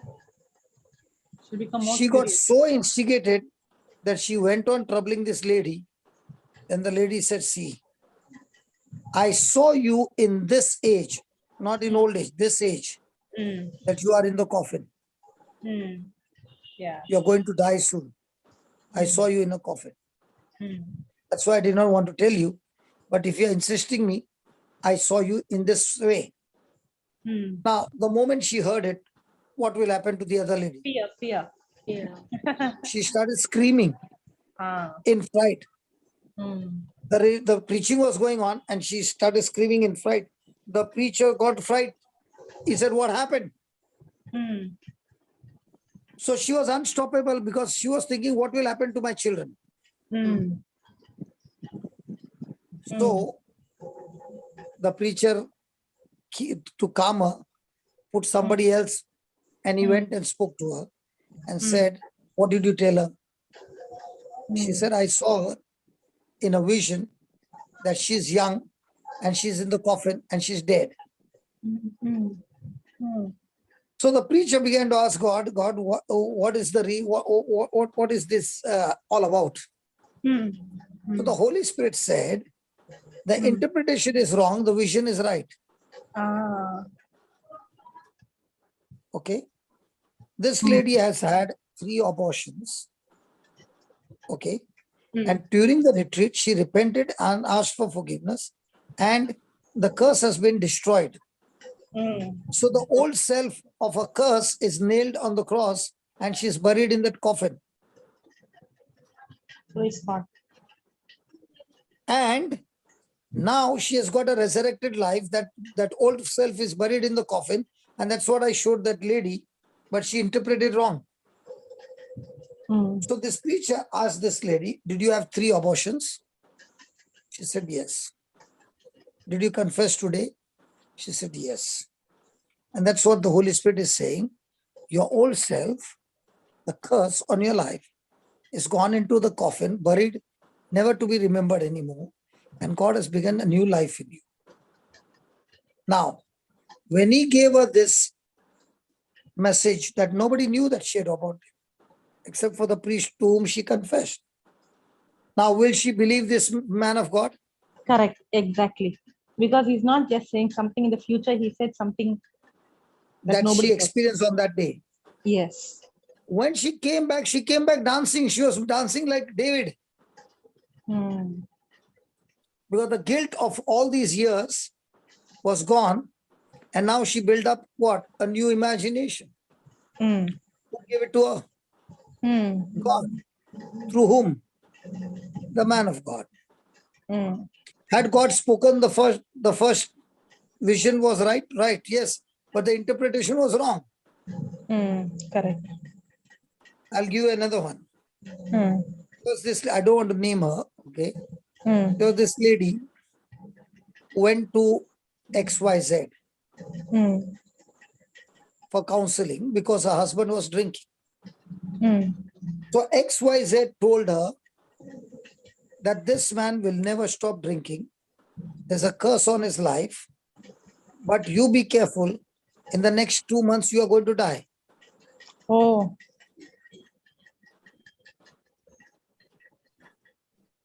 Both her children were in school.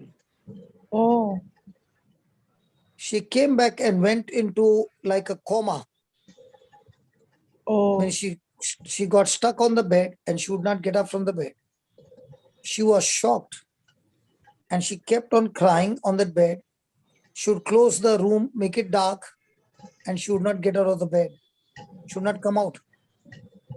She was in that stage. Very dashing woman. Very, very. Now, one of them, who was a colleague, gave her a number and told her to call me up. I know now in those days, I was just a 1-year-old baby. Okay. Just 1 year. So she called me up and she told me the story. And I said, okay, let me prove to you it's wrong. So I told her, take your rosary and say, the Spirit of the Lord is upon me, Luke 4:18 and 19. And after you finish your rosary 3 times, not 1 time, 3 times, then you call me up.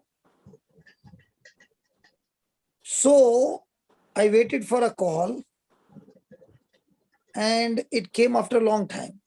So I said, what took you so long? She said, I don't understand. You told me to say that. I started saying it. As I started saying it, something left my body. I got out of my bed, opened the curtain after 14, 15 days, went to the kitchen, started cooking, put all the clothes for washing machine, and I am absolutely all right. Wow. Praise So I God. said, now, did you see it worked for you? She Mm. said, yes. So shall we use the same formula for your husband? Mm. She said, okay. So I said, I will meet your husband after 15 days if you do this homework. Mm. So this lady, having experienced what she had, she began to use her imagination and started saying that her husband is filled with the Holy Spirit. The Spirit of the Lord is upon him. God himself has anointed him. Mm. He has sent him to proclaim the good news to the poor. He has sent him to declare release to the captives, declare sight to the blind, to set the oppressed go free, and to declare the year of the Lord's favor. Mm. Now, she began to say day and night, day and night. And it was fixed on a Thursday. After the prayer meeting, I would go to her house, meet him. So after the prayer meeting got over, she came and told me, please don't come today. He's drunk more than ever. So I said, it doesn't make a difference. She said, he will surely abuse you, surely insult you. I said, no problem. I'm coming. And I said, you know what? The word of God says, my God has gone ahead of me and is waiting for me there. And all I have to do is stand firm on his word. So when the bell rang and he opened the door, he looked at me and he said to his wife, oh, you have brought one more this time. So what's the meaning? He has been going to places and bringing different preachers and counselors at home. Yeah. So at once he said, I'm going to drink. Do you want a drink? I said, no. He said, doesn't matter. If you change your mind, I'll get 2 glasses. And he started pouring. Now, I did not stop him. I did not stop him. He was expecting me to stop him and then would begin the argument. I did not stop him. I said, I know you are a busy man. Can you give me only 10 minutes? I came to tell you my story. So he said, okay. And he was taking a sip, one sip. I started my story. I said, I might have spoken to him for at least 2 hours, 1.5, 2 hours. Okay. He could not take one sip after that. He was only listening to my story. When everything happened, I said, thank you for giving me so much of time. I did not realize I took so much of your valuable time. And I came to the door. Then I said, my dear brother, can I get a hug from you? So he said, yes. And when I hugged him, I said, Lord, my arms are around him and your arms are around him. And that demon of alcohol, which is in him, is tortured and tormented with this hug in Jesus' name. I said it very softly that he can't hear it. And I would not let him go. And after a long time, I let him go. And then I said, brother, they have given me an invitation to preach on a Thursday at Don Bosco Church, Borioli. Can you please come? And I said, don't come on time because these people will be clapping and all. Might be you won't like it. So you come half an hour late. Not many people like the charismatic clapping and all. Yeah. I said, why? Simply it only comes and he goes. So come half an hour late, that time I'll be preaching. Yeah. So when he came, that time I was already preaching. And he was at the door. He was just looking around what to do. I left the mic, went up to the door, gave him a hug, caught his hand and made him sit right on the first row. I finished my preaching. We had a bye-bye, everything. He went back home and told his wife,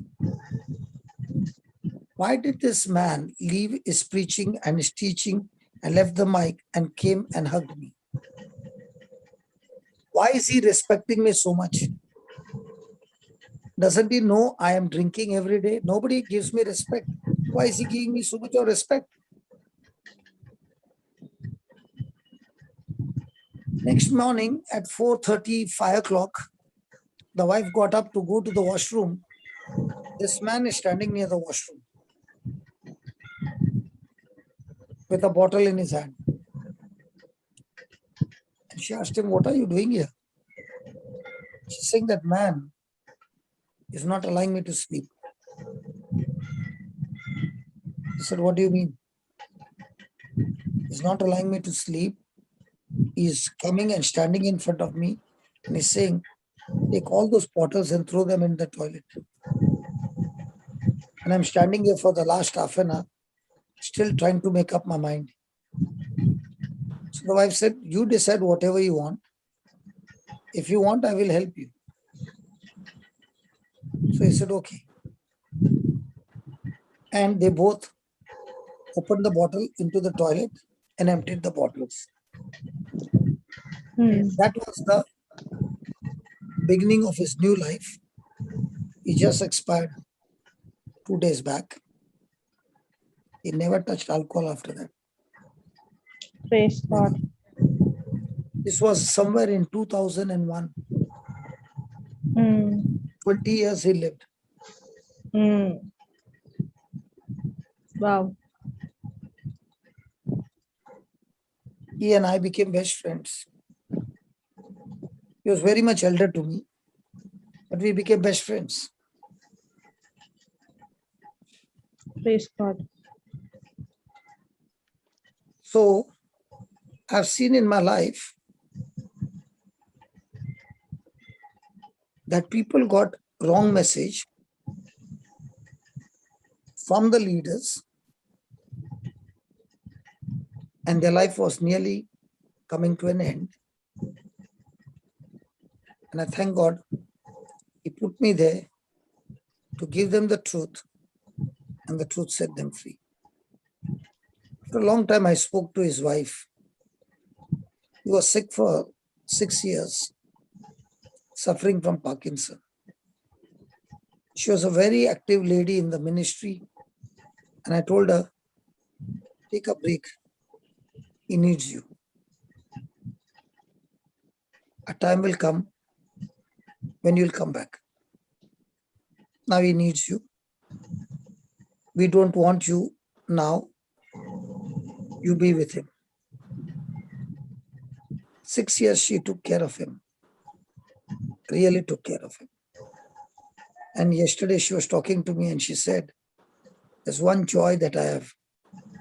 I've been a faithful wife and I fulfilled my vows in good time, terrible time, sickness and pain.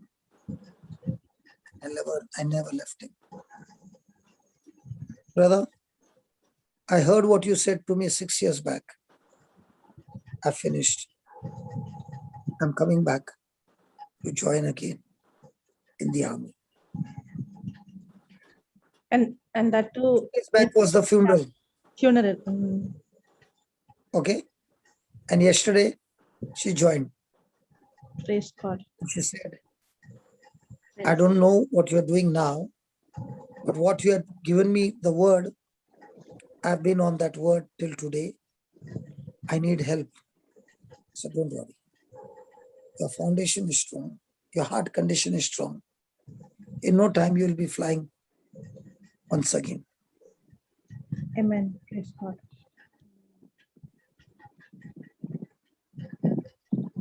And the same mother said, brother, there was a time my husband had retired when he met you.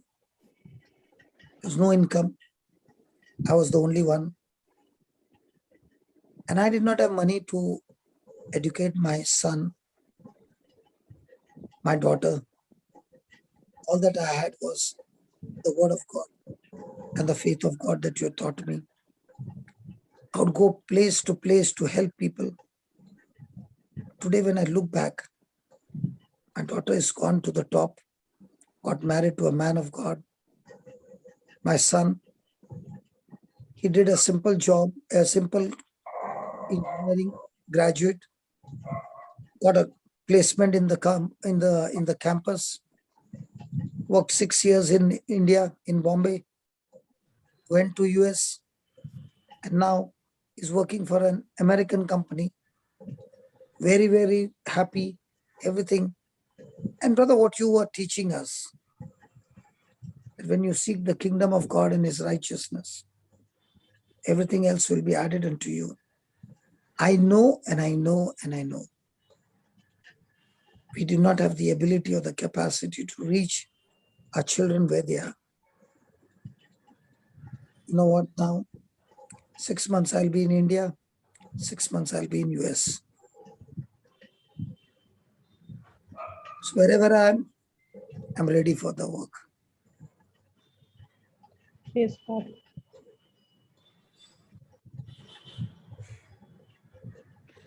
So that is what God wants to teach us. That when your imagination is right on the word of God, your body becomes younger.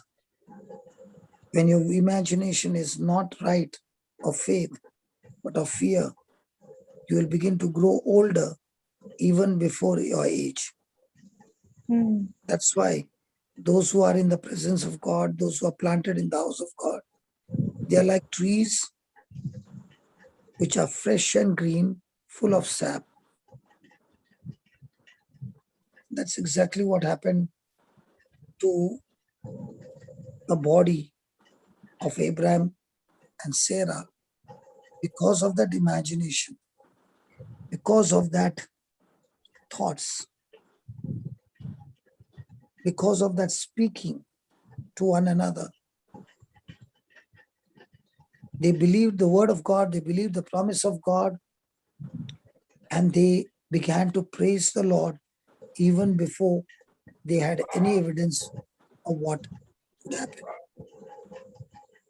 So who could change Abraham so much? The Holy Spirit. How?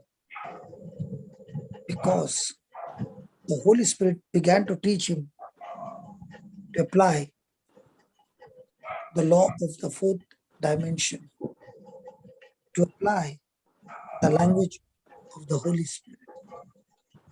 The language of the Holy Spirit is always this.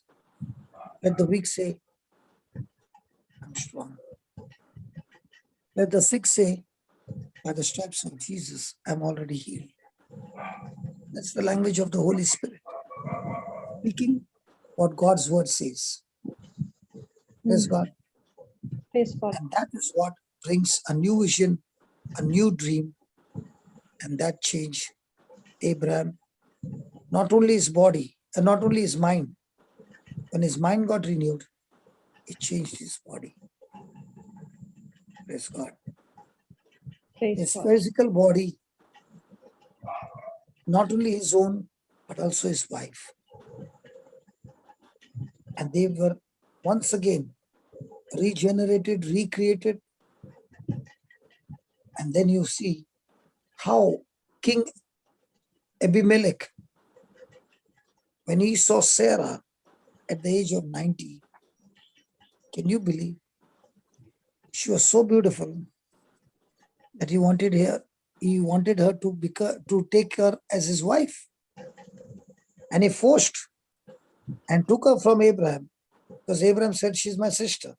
If he says she's my wife, in those days they had fear that this king will kill me. So he introduced her as his sister. Can you imagine the man of faith doing that? And can you imagine Sarah at 90 was so attractive that the king could not get his eyes off her? He took her to be his wife, and God spoke to him in a dream and said, don't you touch her, You touch her, I'll finish your whole family, your whole descendants. The next morning he got up and he was so scared to death. He said, why did you lie to me? Take whatever you want.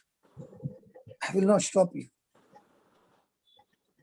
So you see, with your fourth dimension connection, you can communicate to the Holy Spirit, incubate the vision, the dream.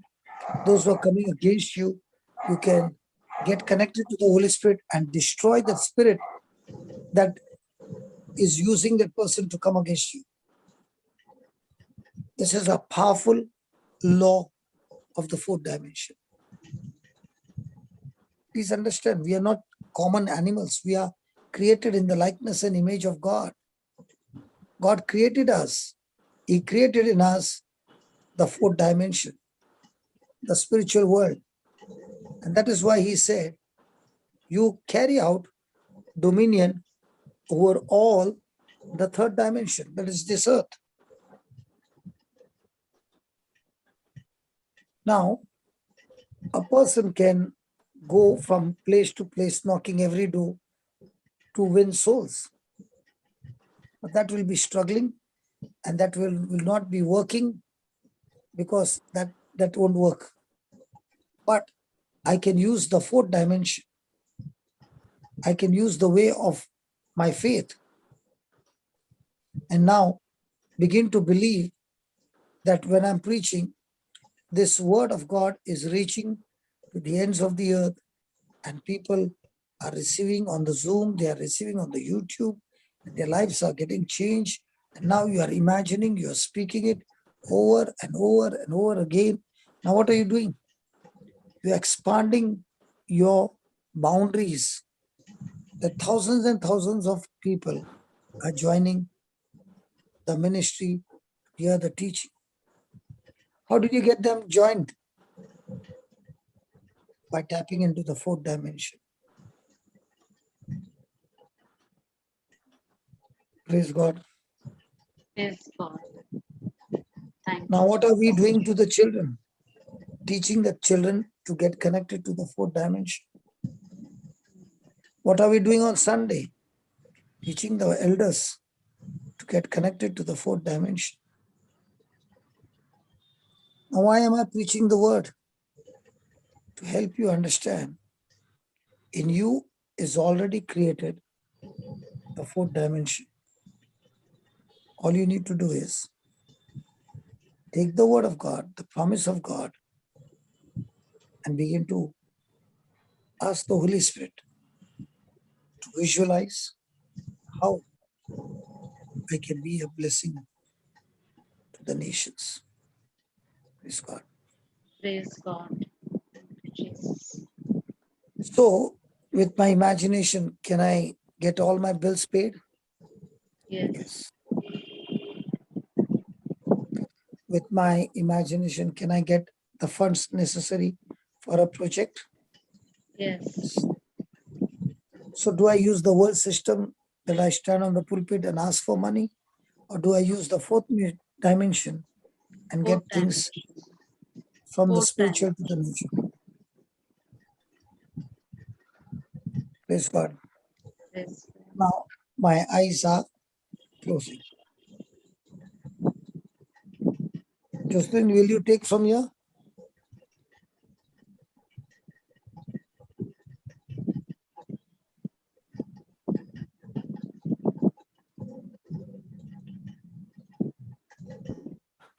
Jocelyn? Praise Jesus. Is Jude there? Yeah, Papa, I'm here. Yeah. Okay, you take from here, brother. Yeah, sure. Papa? We'll discuss, Papa. Okay. Thank Thank you, you. brother. Praise God. Thank you, Papa. Thank you, Papa. Praise God. Praise God. So we got the difference between vision and dream. Yeah. Thought and imagination. I could, I didn't get fully. Not only I that, think Papa also started with because somebody asked him the question, what's the difference between imagination and thought? Have you heard of that, Brother Jude? The thoughts, it's going to bring the imagination, right? Thoughts are basic. It's just a process of thinking, and imagination. We knowingly we imagine. I mean, fix something based on fourth dimension with the help of Holy Spirit. When you get into imagination, you tap into the fourth dimension. Fourth dimension. So that imagination comes from Holy. I mean, it should be based. Means imagination can be both. Yeah, it can be both also. Depends. Suppose if it is aligned with Word of God, help from Holy Spirit, that is good. It helps. Sometimes we have fear, and brother gave example. So fear also, that is also imagination. Yes, either you are okay, if a person A gets a bad report that he got a life-threatening disease, that person, right, he got that wrong word, that you are going to die in 2 months of time. She went into the shell and she was in the bed for nothing. So she was imagining about what is going to happen to her children. So the same thing, if you have the right thought from the Word of God, definitely you will have a good imagination. Well, what I understood from the beginning,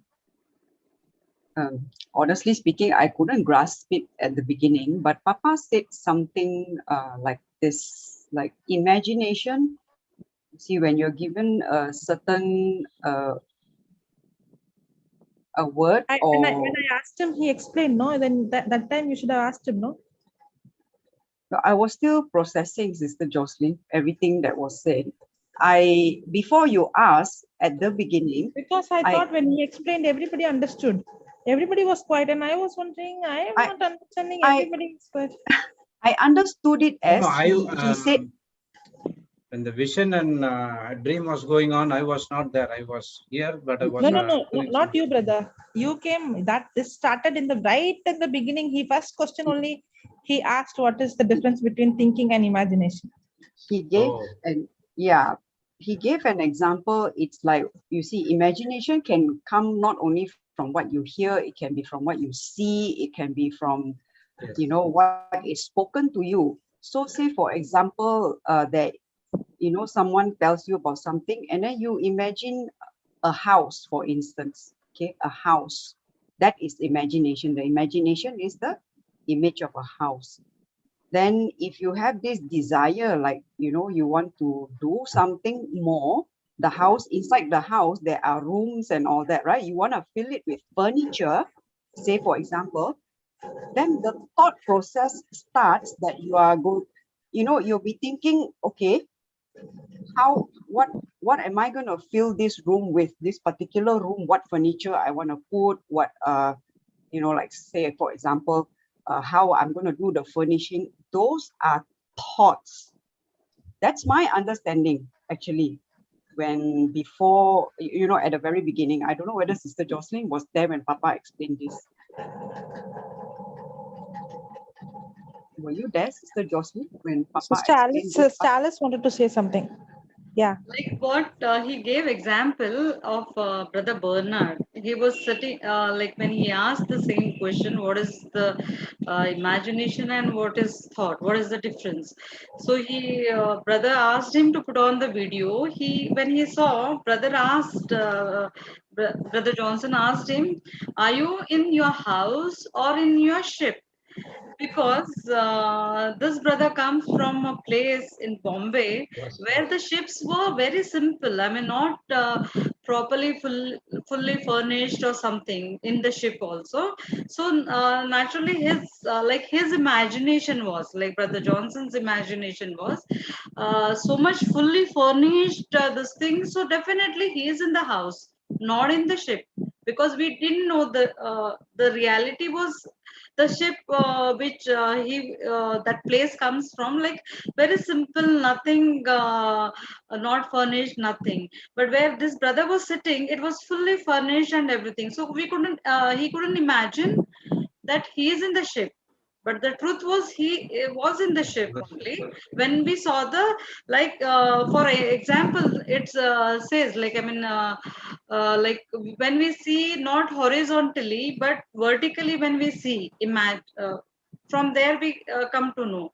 So thought is just a process of thinking. Imagining gives us more clear picture with our own ideas. So thought is a first just a process. And imagination, we can imagine beyond our capacity, and if it is based on word of God, it comes on fourth dimension. Like how just now in this thing he said, the property, something that Lot and what Abraham's, no, like when God said, you look right, who it was, yeah, you I look was to about to say that. the right, Look up left, and see right, left. east, Yes. west. So how East, he west. will do? He will imagine whatever, till suppose if my imagination is there only maybe 10 feet I can imagine, but he God didn't say that time ki you just imagine 10 feet. But wherever your eyes goes, suppose like if we are like, I mean, suppose in aircraft or anything, we can see the view from top. So we can imagine so much area, yes, east, west, south and north. But with our spiritual mind, how much we can imagine? Means sitting in one part, I can imagine maybe a full globe. So that is the imagination. Yes. So when we try to imagine, imagination is always tapping into the spiritual. And what you see, what you hear, and what you listen, and what you speak brings the imagination. And when we do it through the spirit, it is unlimited when you go into the spiritual world, right? Praise Fourth God. dimension. Fourth dimension. Yes, that is the spiritual realm. But after that, you was explaining about that vision and dream. Yeah. Vision There is was a saying, question on that. What is the difference between the vision and the dream? Sister, what I understood, can I say? Like, I mean, Yeah, sure, sister. vision, we do it, like, I mean, we like, I want to do this, or I want to get this, like particular, like how brother gave some examples.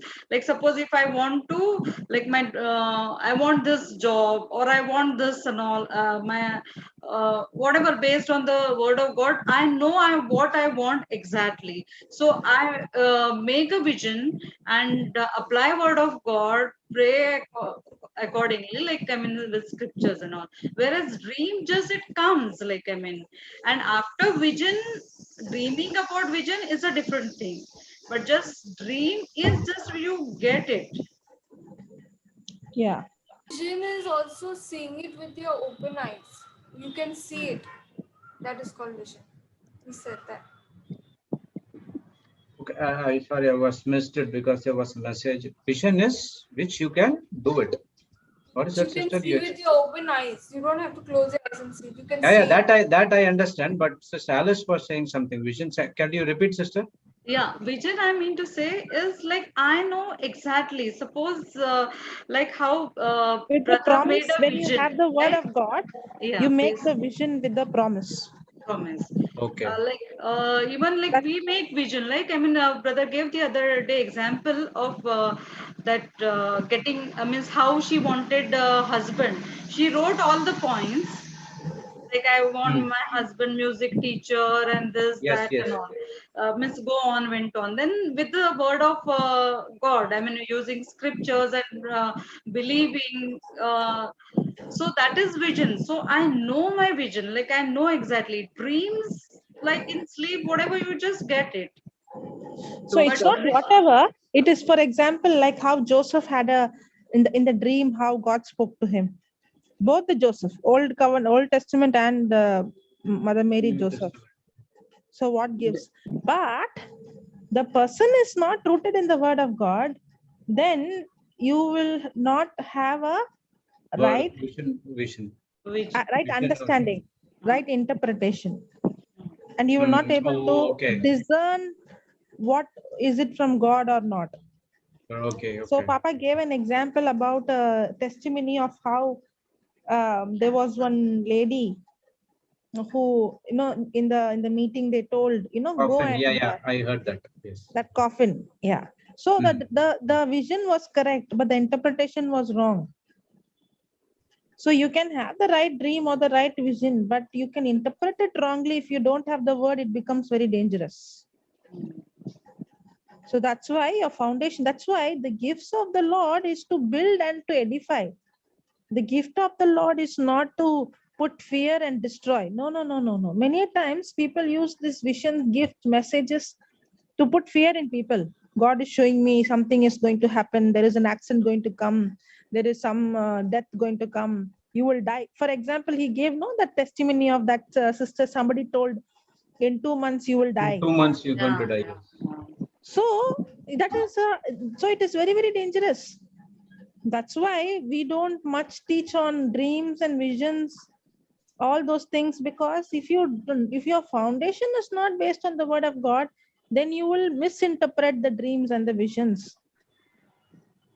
But now that's why that in Acts chapter 2, what Peter is speaking from the book of Joel, Acts 2:16, no, what he says 16 and 17. Yeah, what he's saying is that your daughters, your sons and daughters will prophesy. First comes the word. Prophesy is giving God's word, speaking God's word. Prophesying is speaking. Now what I'm doing, I'm prophesying. I'm speaking the word of God. I'm speaking the message of God.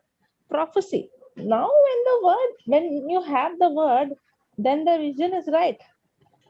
Now you have your vision, that you see the unseen, that you make the vision from the word of God. And now your dreams are godly, and you're able to you are getting the right kind of interpretation.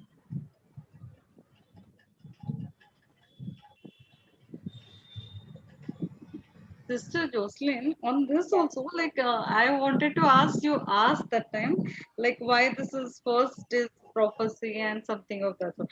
Even I was thinking why only the senior person will get dream. I mean, it is written, no, like your sons and daughters will prophesy, and men this thing, and they will get the vision, and then end of it is a dream. So I was very confused, but then others I'm not started. very sure whether it's talking about elder in age or elder in maturity. Yeah, it's Acts chapter 2:17. Yeah. I know that word. So I had put question mark, but then brother was explaining, so I said, okay, I will ask. You should have asked, no? Even I am not very sure whether it's talking about elders, about in the age or in the maturity in the spiritual. It must be like, I mean, maturity, no? Like, I mean, because Because all three steps are there. When Joseph had dream, he was young. He was very young when God gave him a dream. Correct? When Mother Mary Joseph, he also was young. Yeah. Correct? He was just about to get married. And Joseph that Old Testament Joseph was very young when he got the dream. Peter had a dream. God spoke to him in Cornelius before going to Cornelius' house. God spoke to Cornelius in a dream. He showed him the unclean, the reptiles and all those things, and he told him to eat, no? Yeah, maybe it's talking about a person who's spiritually matured is a person who is the one who understands it. He knows for sure that it is from God. He's not the moment you're confused, then forget about it. You know for sure it's God who's speaking, because you're so rooted in the word, you're able to discern the voice of God. Maybe. I'm not very sure. And these are the steps. Like actually, first you have to prophesize, then you see the visions, and then you get a dream. The vision comes from the prophecy, from the word. You take the word and you make the prophecy.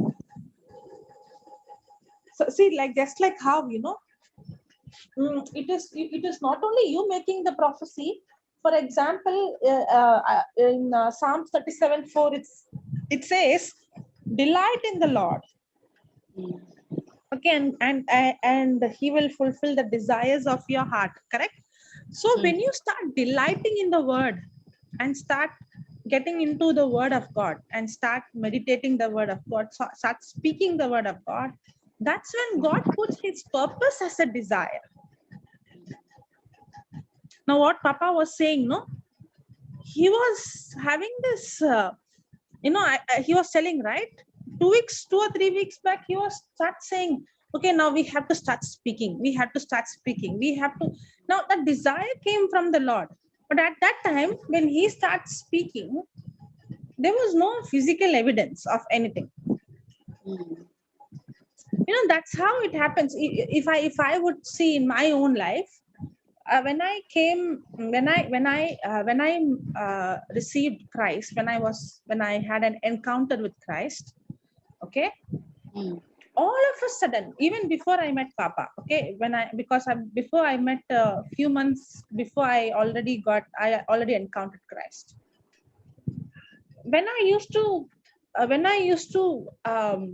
at that time, Demonte uncle is the one who used to have meetings, and through him, he only took our family to Kota, and that's how I encountered Christ. And he saw me crying and crying. And I would say the day I encountered Christ, okay, instantly, my desire changed. The very first time I encountered Christ, my desire changed. It was like, I don't want anything in this life. You know, I did not know there is a real God. I did not know that this God is so real. Okay. And instantly my desire was, Lord, I want to live only for you. I don't want anything in this world. I don't want anything means I don't want anything. In fact, I didn't want any interest in my education or, because see, I was a zero. Okay. Now I should think, okay, will God give me good education? Will God give me wisdom now? Will my health be restored? Now I should start imagining all that. But my imagination was, I don't want anything. Now I want to live. I did not know there is a true God. Now I know there is a true God. I want to live for him. Okay. But then what happened is, God started to put desire in my heart. And my desire was to go and give Christ to others, to go and teach, but I did not have that word. That desire started to increase and increase. And when I met Papa in a few months, and I got the CD and I started listening, I actually literally wanted to quit the job and I want to go and do full time. Now, this desire, just 1 year before, if you ask me anything about preaching and teaching, me,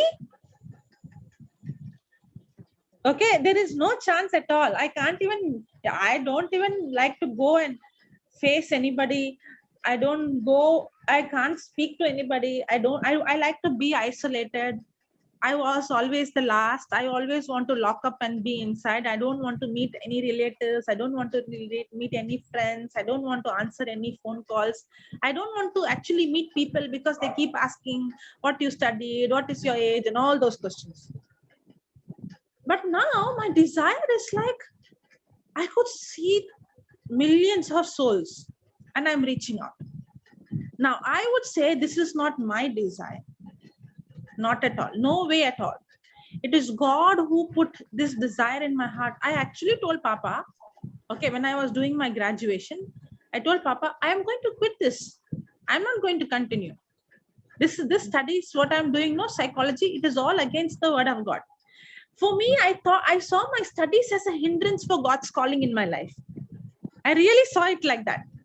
If I could quit this, I can at least spend more time. I'm wasting my time in my record work, in my project, in my studies, in my exams. I saw it like that. At least I get extra time. I'll study more scriptures. I could grow more. And I say, Papa, I don't want to continue. I want to discontinue. Thank God. God puts people in your life, he said, no, I want you to continue. Okay. Now when he said, I see him like my spiritual father. So I see God is instructing me and I have to obey. And he also explained, he did not just say continue. He told me there is a time, and there is a time of preparation. Okay. And there is a time of preparation where God has to change you first.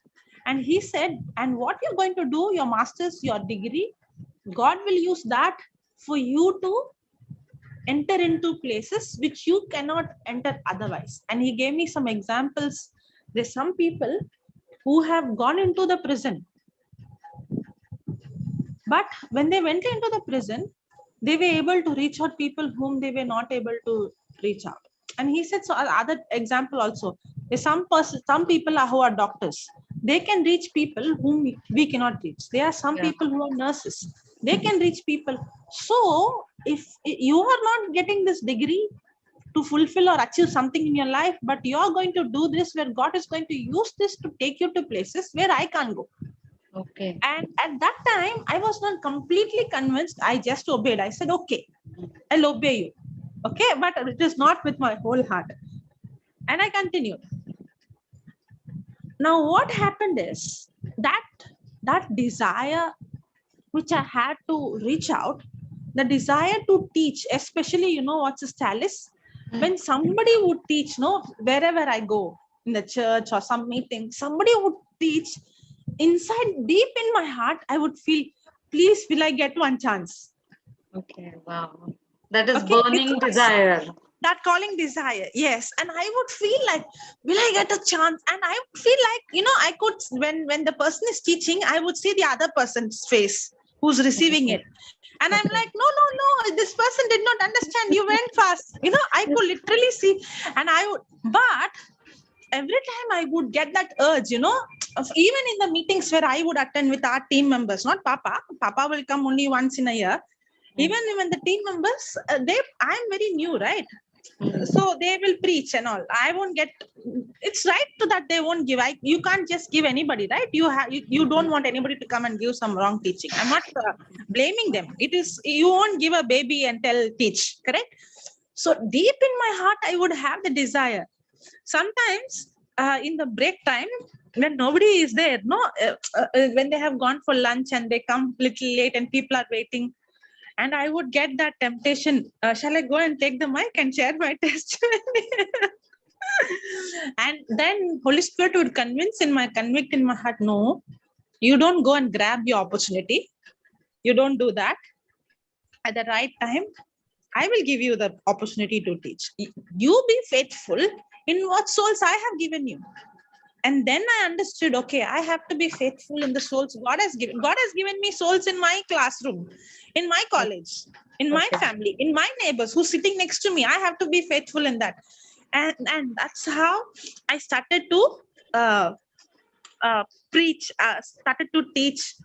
Now, I'll say one more thing. When Papa comes, you know, we always need a translator. Okay, now, if I see logically, my English now is different, okay? At that time, my English, and if you ask me to read, I would read like somewhere around 5th standard, 6th standard student, okay? My Tamil was as if someone who's in LKG, UKG or 1st standard, like that, okay? Now, many words, now my vocabulary is increased. At that time, many words, I don't know. If he says in English, I don't even know the meaning of it for me to translate it in my mother tongue. At that time, you know who would be translating for Papa? Either it would be a school principal or a nun or a school teacher or a professor, like that. Because a translator means they give. At that time, in my heart, I would feel, will I not get one chance? Lord, will I get? For me, it's not translation. For me, it is preaching. I never saw it as translated. And deep in my heart, Lord, and I would get a chance, okay? I would get a chance. And then when I would go and translate, and Papa would say, read, I will say, I don't know to read, Papa. Okay. I tell him, and he's like, you don't know to read? No. You read in English, I will translate. You don't ask me to read. You don't ask me to read in English, you don't ask me to read in Tamil.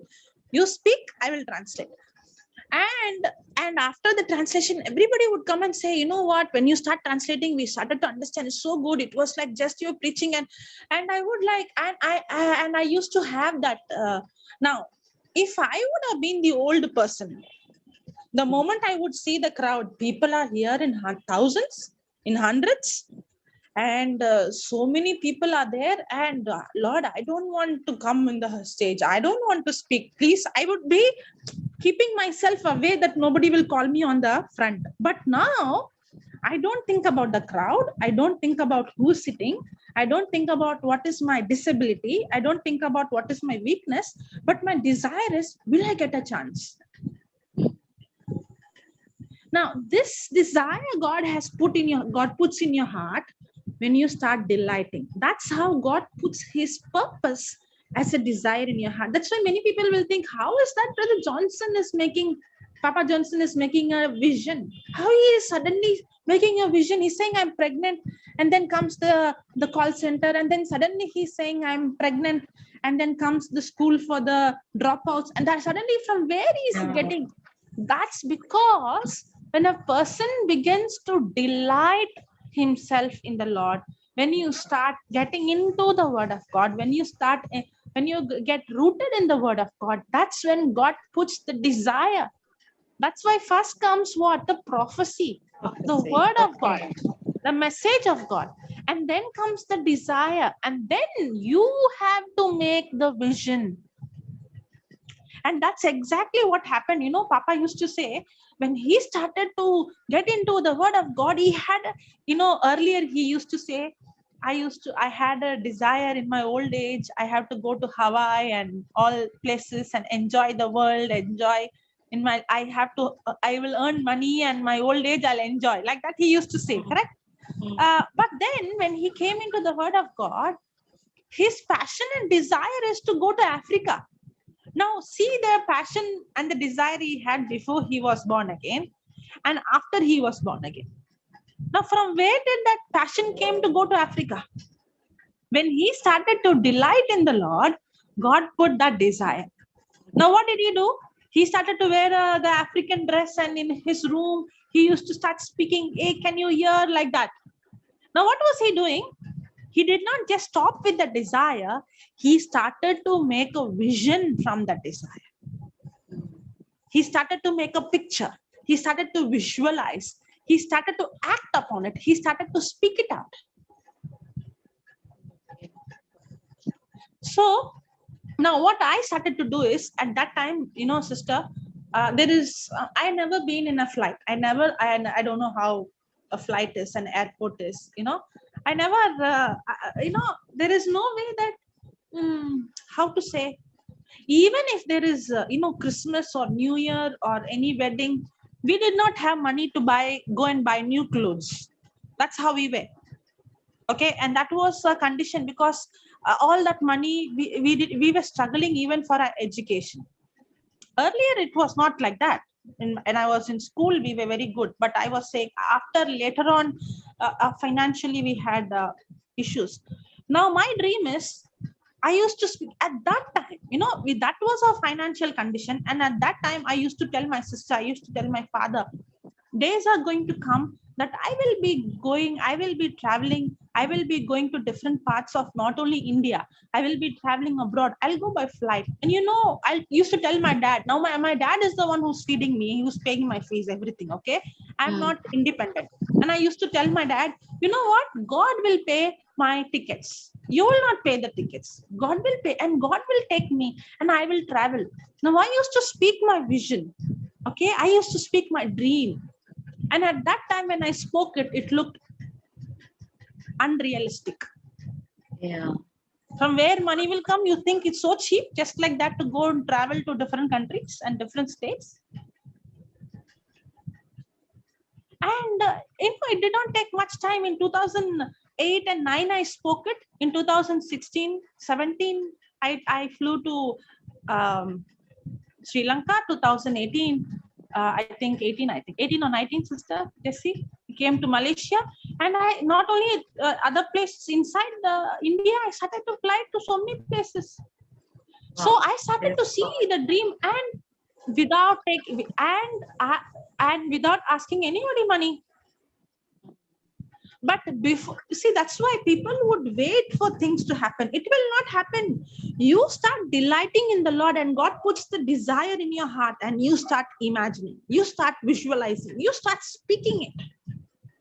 You waited patiently based on, word of God. You were continuing. If you had impatience, like, because in 1 day, 2 days, it won't happen.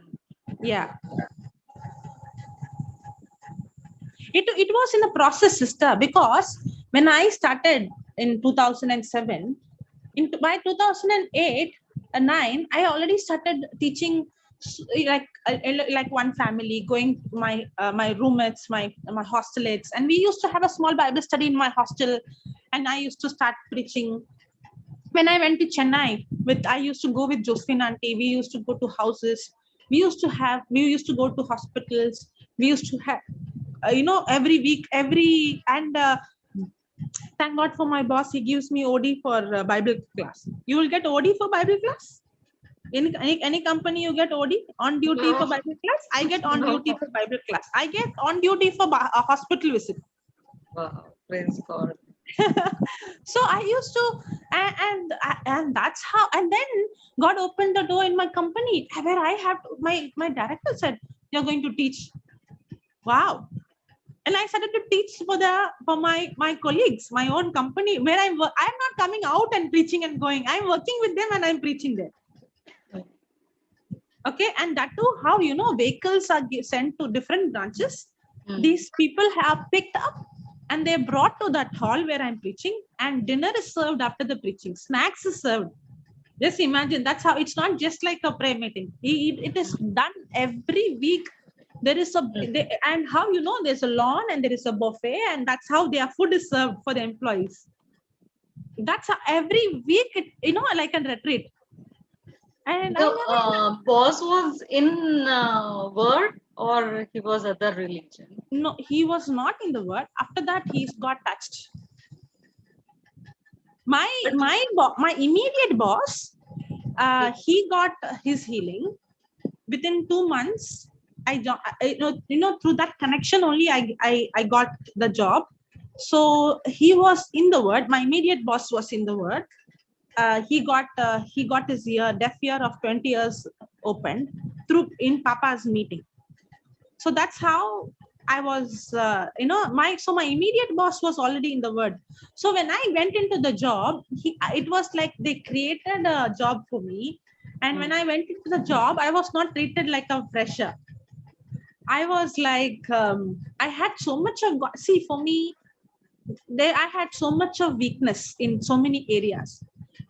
And I had a boss who could see my strength. I was given do you have any freshers given assistant? I was a fresher and I had an assistant in my company. Wow, praise God. How God, and that's what I was thinking. Wow, God has been so, I saw God's favor right from the day I was born again. And I said, Lord, I don't want anything in this world. I have seen God's favor. I could see that. I don't know how to say by words. And those who are with me will know what I'm saying. I see how God opens door. I would see everything would be supernatural. My whole life is supernatural. Every day is adventurous. Literally every day there is a surprise. There is a supernatural manifestation. There is a supernatural divine connection. There is a supernatural promotion. And this is not only for me. The Bible says very clearly, seek you first his kingdom and his righteousness, and all these things added. All these things added, no? I'm seeing those things added when you start seeking his kingdom and his righteousness. It's not only for me, it's for everyone. Yeah. Like when you said God opens door, I remembered one incident. Can I share? It is Yes, very yes. short, but Yes. first I was working in a school. Then something happened. I mean, won't go deep details into that. After that, I knew definitely means I don't know exact words. Now I will start studying, so I'll know. Like one door is closed, God will open 10 doors. And what happened in a week's time? I went for some work, social work, to the college, and Hmm. I'm not qualified. Okay, I'm in MA and all that time. Uh, I was discussing something about the work, other work. I'm in YMCA, so I was just talking to the vice principal about that. She just asked me, "What are you doing right now? Are you working?" I said, "No, sister. I'm enjoying my freedom because I had resigned this previous job because something it was there. I said, okay, I will just resign." And I came means and both the institutions are just across the road. One side was the school and one side is a college.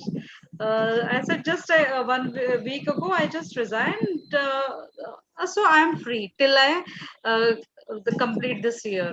So next year, because academic year had already started. So she said just wait 5 minutes. I said okay. So she spoke to the principal and she called me immediately. She said, "Can you join from tomorrow?" I was like, I mean, entering that particular college, like, it's this thing very difficult. I said, she's telling me, just can you join from tomorrow? Then, but I told, see, I don't have these all degrees and this. I have what my basic education. I had just given B.Ed exam. I had gone for B.Ed exam. That's why I had taken leave. So she said, "Don't worry, don't bother. Just come from tomorrow." So this is how like God means. Though I was not so much rooted in word, but I had faith. So yeah, definitely God is there. He will do definitely.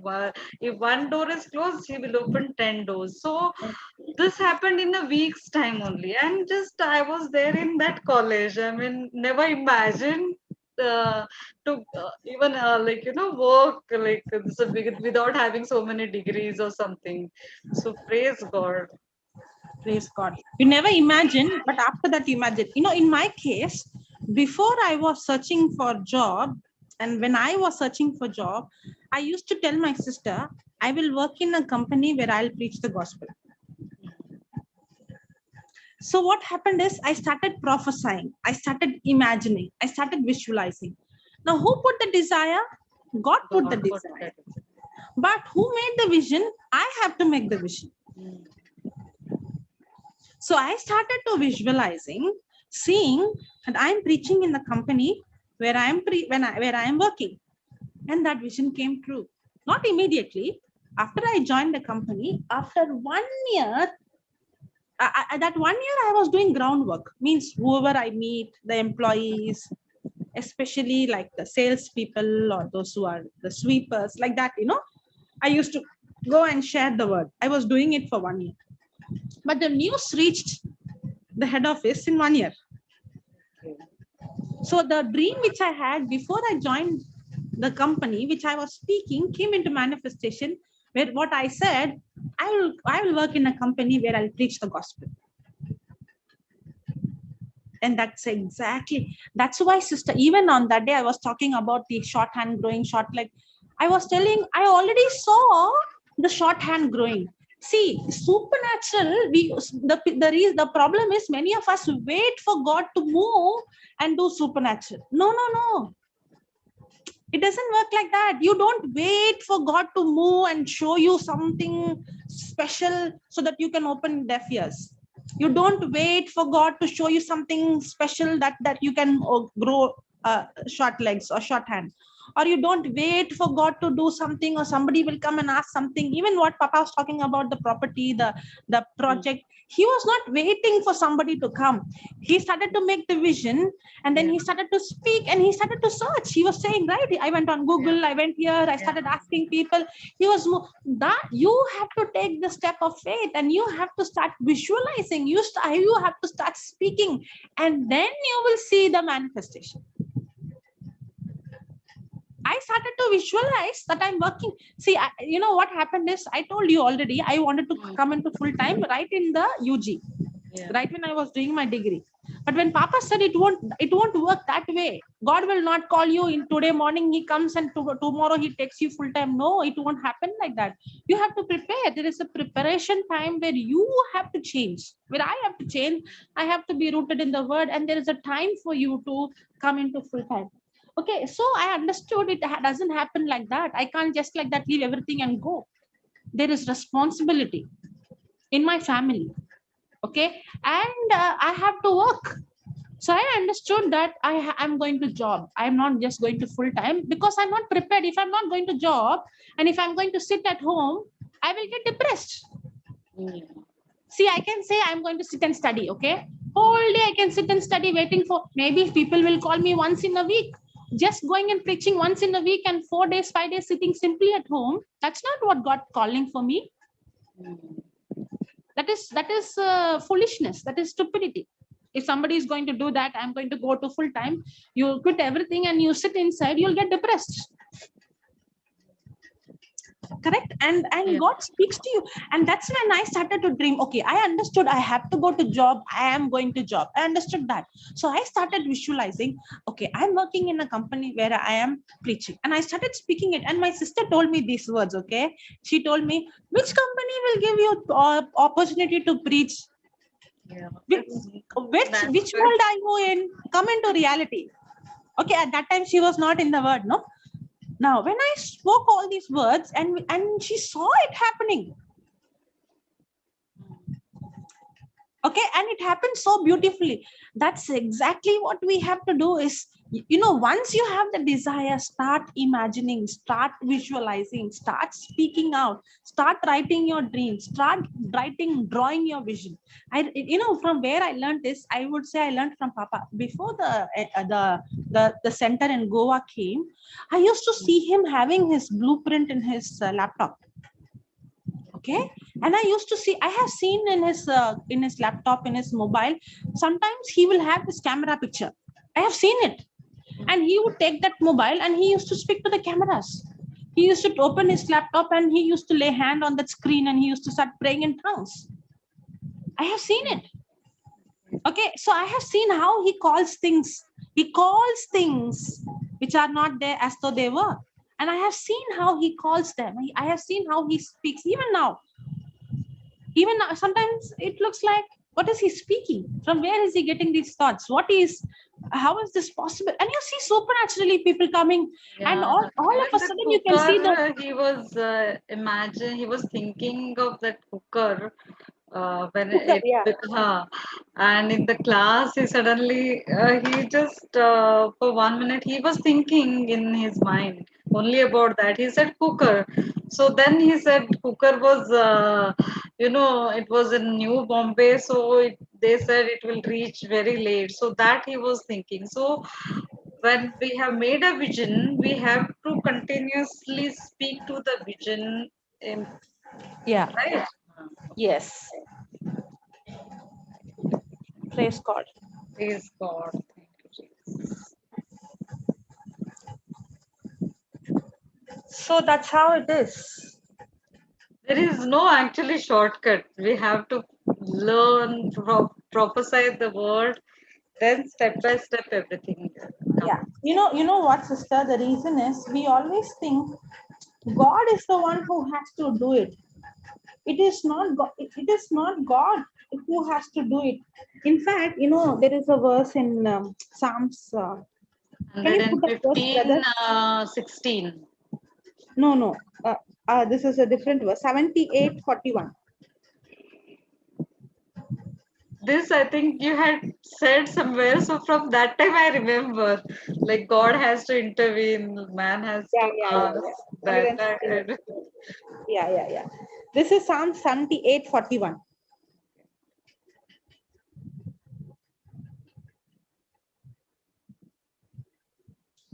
Okay. Now see this. They turned back and tempted God and limited the Holy One of Israel. Can you see? Who's limiting whom? We think God is not the one who's doing it. No, it is we who are limiting God.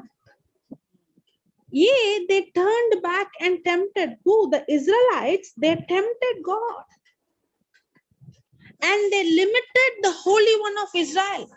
Somebody might say, why did God keep the Israelites such a long time in the wilderness? Why they were in the wilderness for 40 years?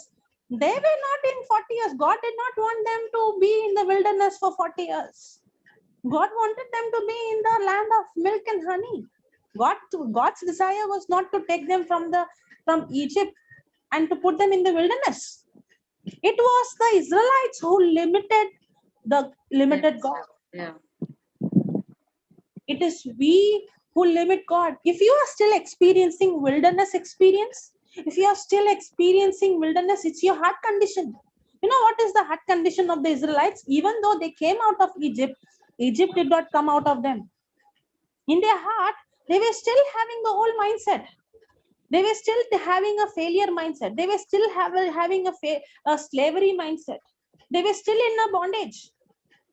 And when they have a bondage and their vision was still thinking, their vision was not about the honey and milk and the prosperity. Their vision was how nice it was in Egypt.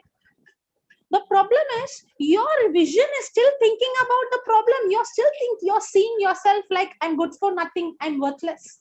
You're still seeing yourself like I'm a victim. You're still seeing yourself like, oh, I'm in a cage. I'm been deprived. I'm in depression. I am stressed. I am broken. I am poor. I am worthless. It is you, your own thinking. It's your own mindset that is limiting God.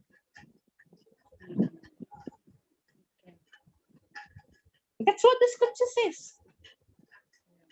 It is the Israelites who limited God. God did not put them in the wilderness. It is the Israelites who limited God. What a scripture it is. Don't say that God is the one who's doing all these things to teach you a lesson. God, why God allowed me? Why God? It is not God who's the reason. It is we who limit God.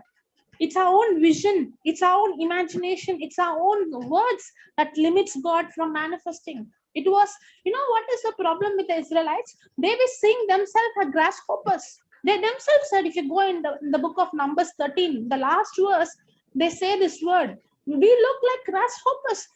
God is seeing them something different, and they are seeing themselves as grasshoppers. That's how they limited they limited God with their own imagination. See this, and there we saw the giants at the son of Anak, which come of giants, and we in our own sight as grasshoppers. Can you see how they limited the Holy One? How they limited God? It was their own imagination. They saw themselves so small. You know what is the reason why you are still in the wilderness? It is your own imagination. It's your own vision that you're seeing yourself so small that you're limiting the Holy One to manifest in your life. Yeah.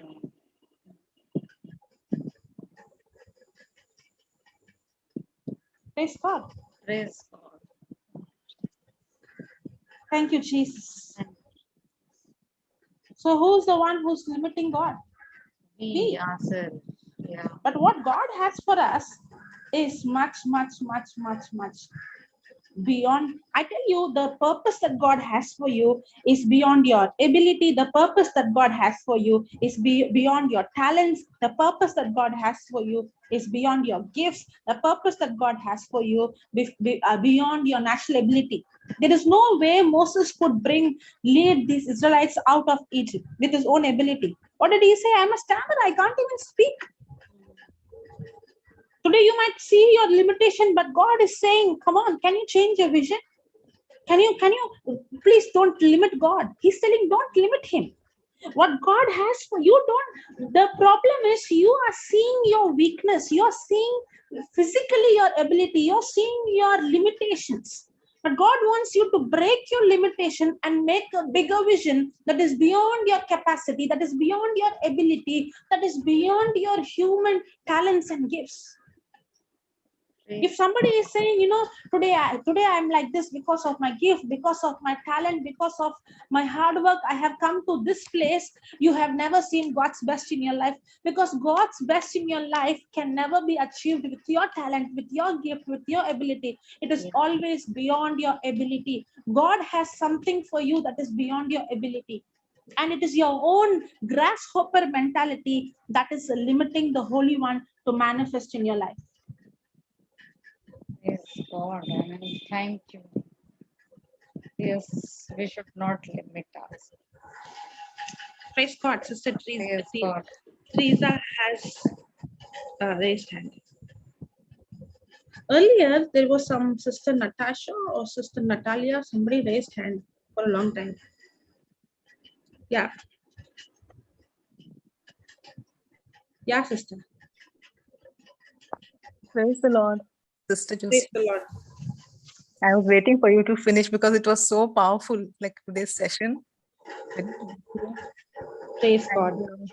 What I wanted to ask is, like, Sister, there is before also this topic which is covered. Is it there, Sister? On imagination? Imagination, I know this fourth dimension. No. Little brother had said just Yeah, some little get started, I think, no? Yeah, just started, and it was on Thursday. Then we were supposed to have it on Monday.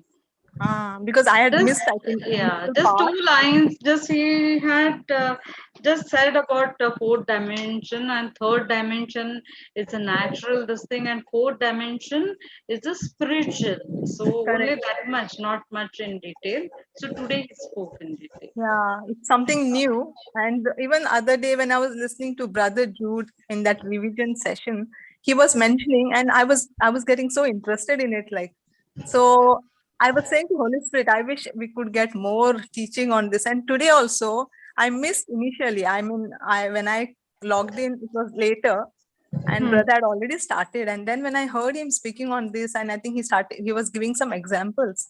And from that time, I was just stuck. Like, when you see some, like earlier when we used to watch movies and how it is so interesting, it was like that. The topic was so good, and sometimes Brother goes very soon, no? Like I was thinking, today Brother will keep talking more and more on this, because it was getting so deep, and like he was like revealing secrets kind of, and really he stayed long today. So praise God. I was I don't know, because I still remember this imagination and all we have, but it was not like we understood it properly. At least I initially earlier, I never understood how powerful God has given us, like, these gifts. And I still remember that session. It was that Melbourne session. I remember the date also. It was 17th Jan. And when I was listening, Sister Jocelyn, you were speaking with Sister Shamini. Okay. And you all were discussing on this imagination, and you were talking about that verse, where this Tower of Babel, and how God said, like, if I don't, like, nothing will be, like, restrained from them. Genesis 11. That powerful it is when we actually, like, determined, or we can imagine something, of course, which is for the good purpose, not in the other realm. So that time, soon after that, I was able to see the manifestation of something, because for so long I was looking for this particular healing, and I was not able to see. That's what, when you said now also, you said, see, something, its limitation is from our side. It's nothing from God. We keep asking. Yeah, limiting him actually. Yeah, we keep asking because. Hello, you got muted, Sister. Hello. I think it's now. Yeah. You can hear me? Yes, Sister. Yeah. As I move, it keeps going, like the signal gets weak. What I was saying, yeah. So then when I kept on listening to it, it was going on playing again. And I was like, I wish I could also tap into this. I wish I could, I think something you all were discussing about that, very powerful it was that day when you all were talking. And something stirred my spirit. And like after that, even though I slept after that session, morning when I woke up also, that was running. So after 1 or 2 days, immediately I was able to see that, So I think it was already there. It's only my blindness, my spiritual blindness, that we are not able to see, sometimes. So when we understood that this can happen, this is how it happens, and not necessary that we should actually see it. I put it in my mind that I'm healed, that way. Think first, believe that you have received. It started really sinking in because sometimes we are saying these verses, we are reading, but maybe we have some doubt, something is there which is hindering that. But that day when this happened, then I was like, wow, it was like, I don't know what to say. It was so humbling, because God is always there, but the only thing is we are the ones we stop where we stop. That next step, next level. So even the last topic of the armor, what you said, that was also very powerful. That was also something I wanted more in detail. I think I didn't mention that time when you did the session. That was also, I don't know, these days it is getting so deeper, and maybe because when we are also getting rooted, I think the Holy Spirit also helps us He's feeling and showing us because different sometimes dimensions. because this day I'm finding many times I have certain desire, I want something like this, and I'm saying to him I wish, and I find suddenly something on that note or on that. So it cannot be, it's not a coincidence. It's like somewhere our need is, our desire is getting met, so you all have already at that level. For me, it's still We are not all there. growing, sister. But I'm so glad that. So when I no need to become a PhD. If I'm in 3rd standard, I can teach somebody in the 1st standard. If I'm in 6th standard, I can teach somebody who's in the 3rd standard. So it is all, and the more you teach, is where you grow. If you want to grow, you will never grow without teaching. Correct. And this also I found, actually I've been sharing with my family, close people. So sometimes I find something I'm saying, I might be saying to my mother or someone of my relative. And then when I look back, I'm thinking I'm sometimes saying that to me also, because maybe I also wanted that to hear for myself back, I don't know, certain thing I've heard a teaching. And maybe something was there which I don't know how to put it, but I think I also needed that to be preached back to me, maybe I also needed that correction. So I feel that also is happening. It's going forth also, and it's coming back to me also, so. Thank you, sister. Your teachings, everything is so inspiring. Always the example of you is now also you were telling how from where to where you reached. It's so humbling, when because see, many of us, we go by our ability, we try to think we can achieve, but you have always put the whole credit to God. And every time you say this, you from where you came and how he has taken you the heights. So that's exactly what, sister. When you learn to depend, even if you have talents, don't depend on the talent. Correct. What God has for you is beyond your talent. Correct. So precious. It's always beyond. You can never ever accomplish God's purpose with your own ability, with your own talent, with your own money. So don't ever come to a place where you start depending on the talent instead of depending on God. That's why the Bible says God shows us the foolish things of this world to shame the wise. Now, who's that wise? The wise is the one who's depending on his intelligence. Correct. Who is the foolish? The foolish is the one who's saying, I can't do I'm this. dumb, I need God. I'm dumb. Yeah. Praise God. Praise the Lord, sister. Thank you, sister. Thank you. Thank you. Thank you. Praise God. Thank you, Jesus. Praise God. Praise God, Brother Hector. Praise the Lord. Thank you, Jesus.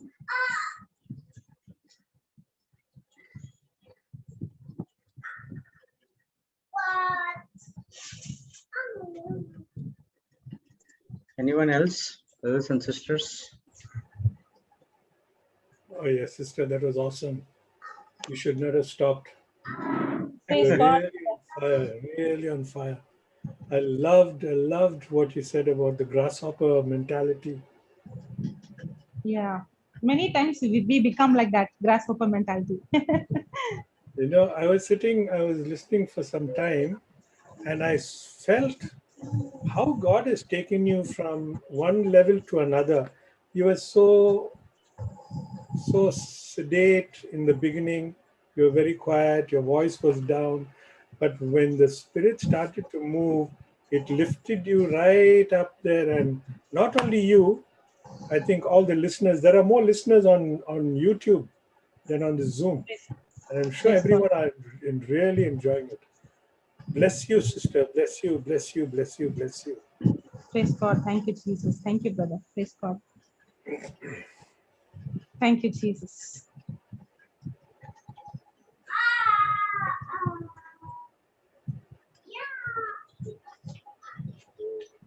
Praise God.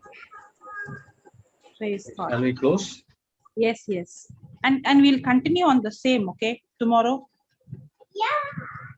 Limiting God. Language. So thank you so much. Dimension Papa is teaching. Yeah, I just connected the dimension with the, limiting God. Praise God. Sister, So thank new you for topic this tomorrow. Yeah. What, brother? New topic. Yes, yes. Okay. Brother Jude, from what time, brother? Which one? Tomorrow is new If topic. Papa comes, we will start at 11. If he's not coming, then I will start at 11. By 12, 12:30. Or else, if he doesn't come, Sister Jocelyn will start by 11. Yeah. Anyhow, we'll have that recording in YouTube. Yeah, yes, definitely. We'll see the recording. Praise God. Praise God. Sister Jocelyn, can I ask if you can Yes, yes, brother. give me your mobile number? There's a question I wanted to ask you. But Okay, okay. I'll send it a message or ask you. Yeah, I will WhatsApp you, brother. I have your number. Oh, I think yes, I think I have it. Okay, thank you, sister. Yes, you. yes. Praise God. Thank you, brother. Yeah, yes. Praise God. Anyone else, brothers and sisters?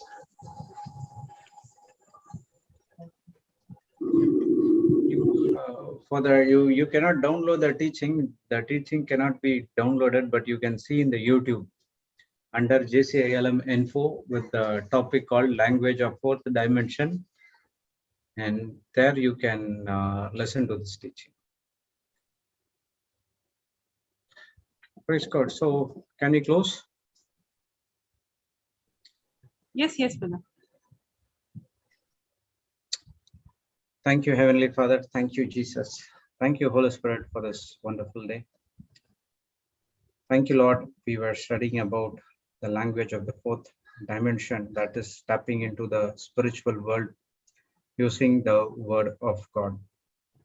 Lord, we studied about the difference between the vision and dream, and the difference between the thoughts and the imagination, and also limiting ourselves. It is not God who limiting us. We are limiting God by believing the natural things which we see with the natural eyes.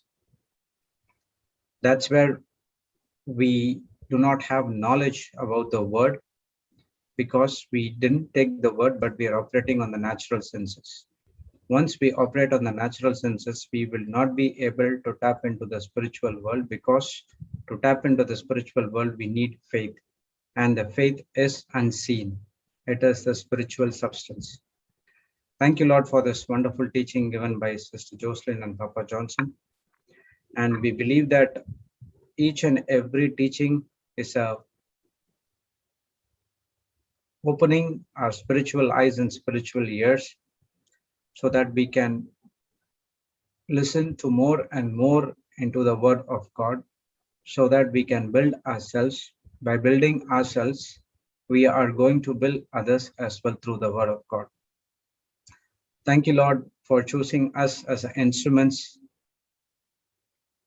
to proclaim the word, the gospel of light to the people who are in the kingdom of darkness. Lord, all these days we did not understand that for what we have been in this planet Earth, but now we understood that our vision, our dreams, that is to benefit the kingdom of God. A person can take a dream or a vision from the world and he can destroy himself, but the word of God teaches us to have a vision or a dream from the word so that we have been edified and also others have been edified through those words. Thank you, Lord, helping us to understand each and every word through your Holy Spirit. And the Holy Spirit is the one who gives us the understanding, knowledge of everything that is from the word. We thank you for the people who have joined here, especially the panelists who share their experience and the people who are in Zoom, YouTube, and on Facebook. We believe that each and every one are the instruments which has God had selected for doing, to benefiting, to build the kingdom of God in this earth. We understand that and we will move out and create a vision and dream on that area. We thank you and we praise you in the glorious name of Jesus. Amen, amen, and amen. Praise God, brothers and sisters. Thank you for your time. And on the announcements, 2:30 we have Tamil teaching. 3 o'clock we have Konkan teaching. 5:30 we have Happy Family session. 5:45 we have Kannada session. That is Mysore team is taking, Brother Alvin and team is there. 7 o'clock we have Hindi. 7 o'clock we have Marathi. 8 o'clock we have Happy Families Children's session. 9 o'clock we have Sister Florita teaching in English. Tomorrow morning 12 a.m. it's Global Melbourne. 6:15 a.m. is Sister Aslin teaching in English. And again tomorrow 9 o'clock we will meet in Global. Thank you all. God bless you all. Have a wonderful day. The meeting will be on for some time. You can copy the chat. Thank you. Praise God.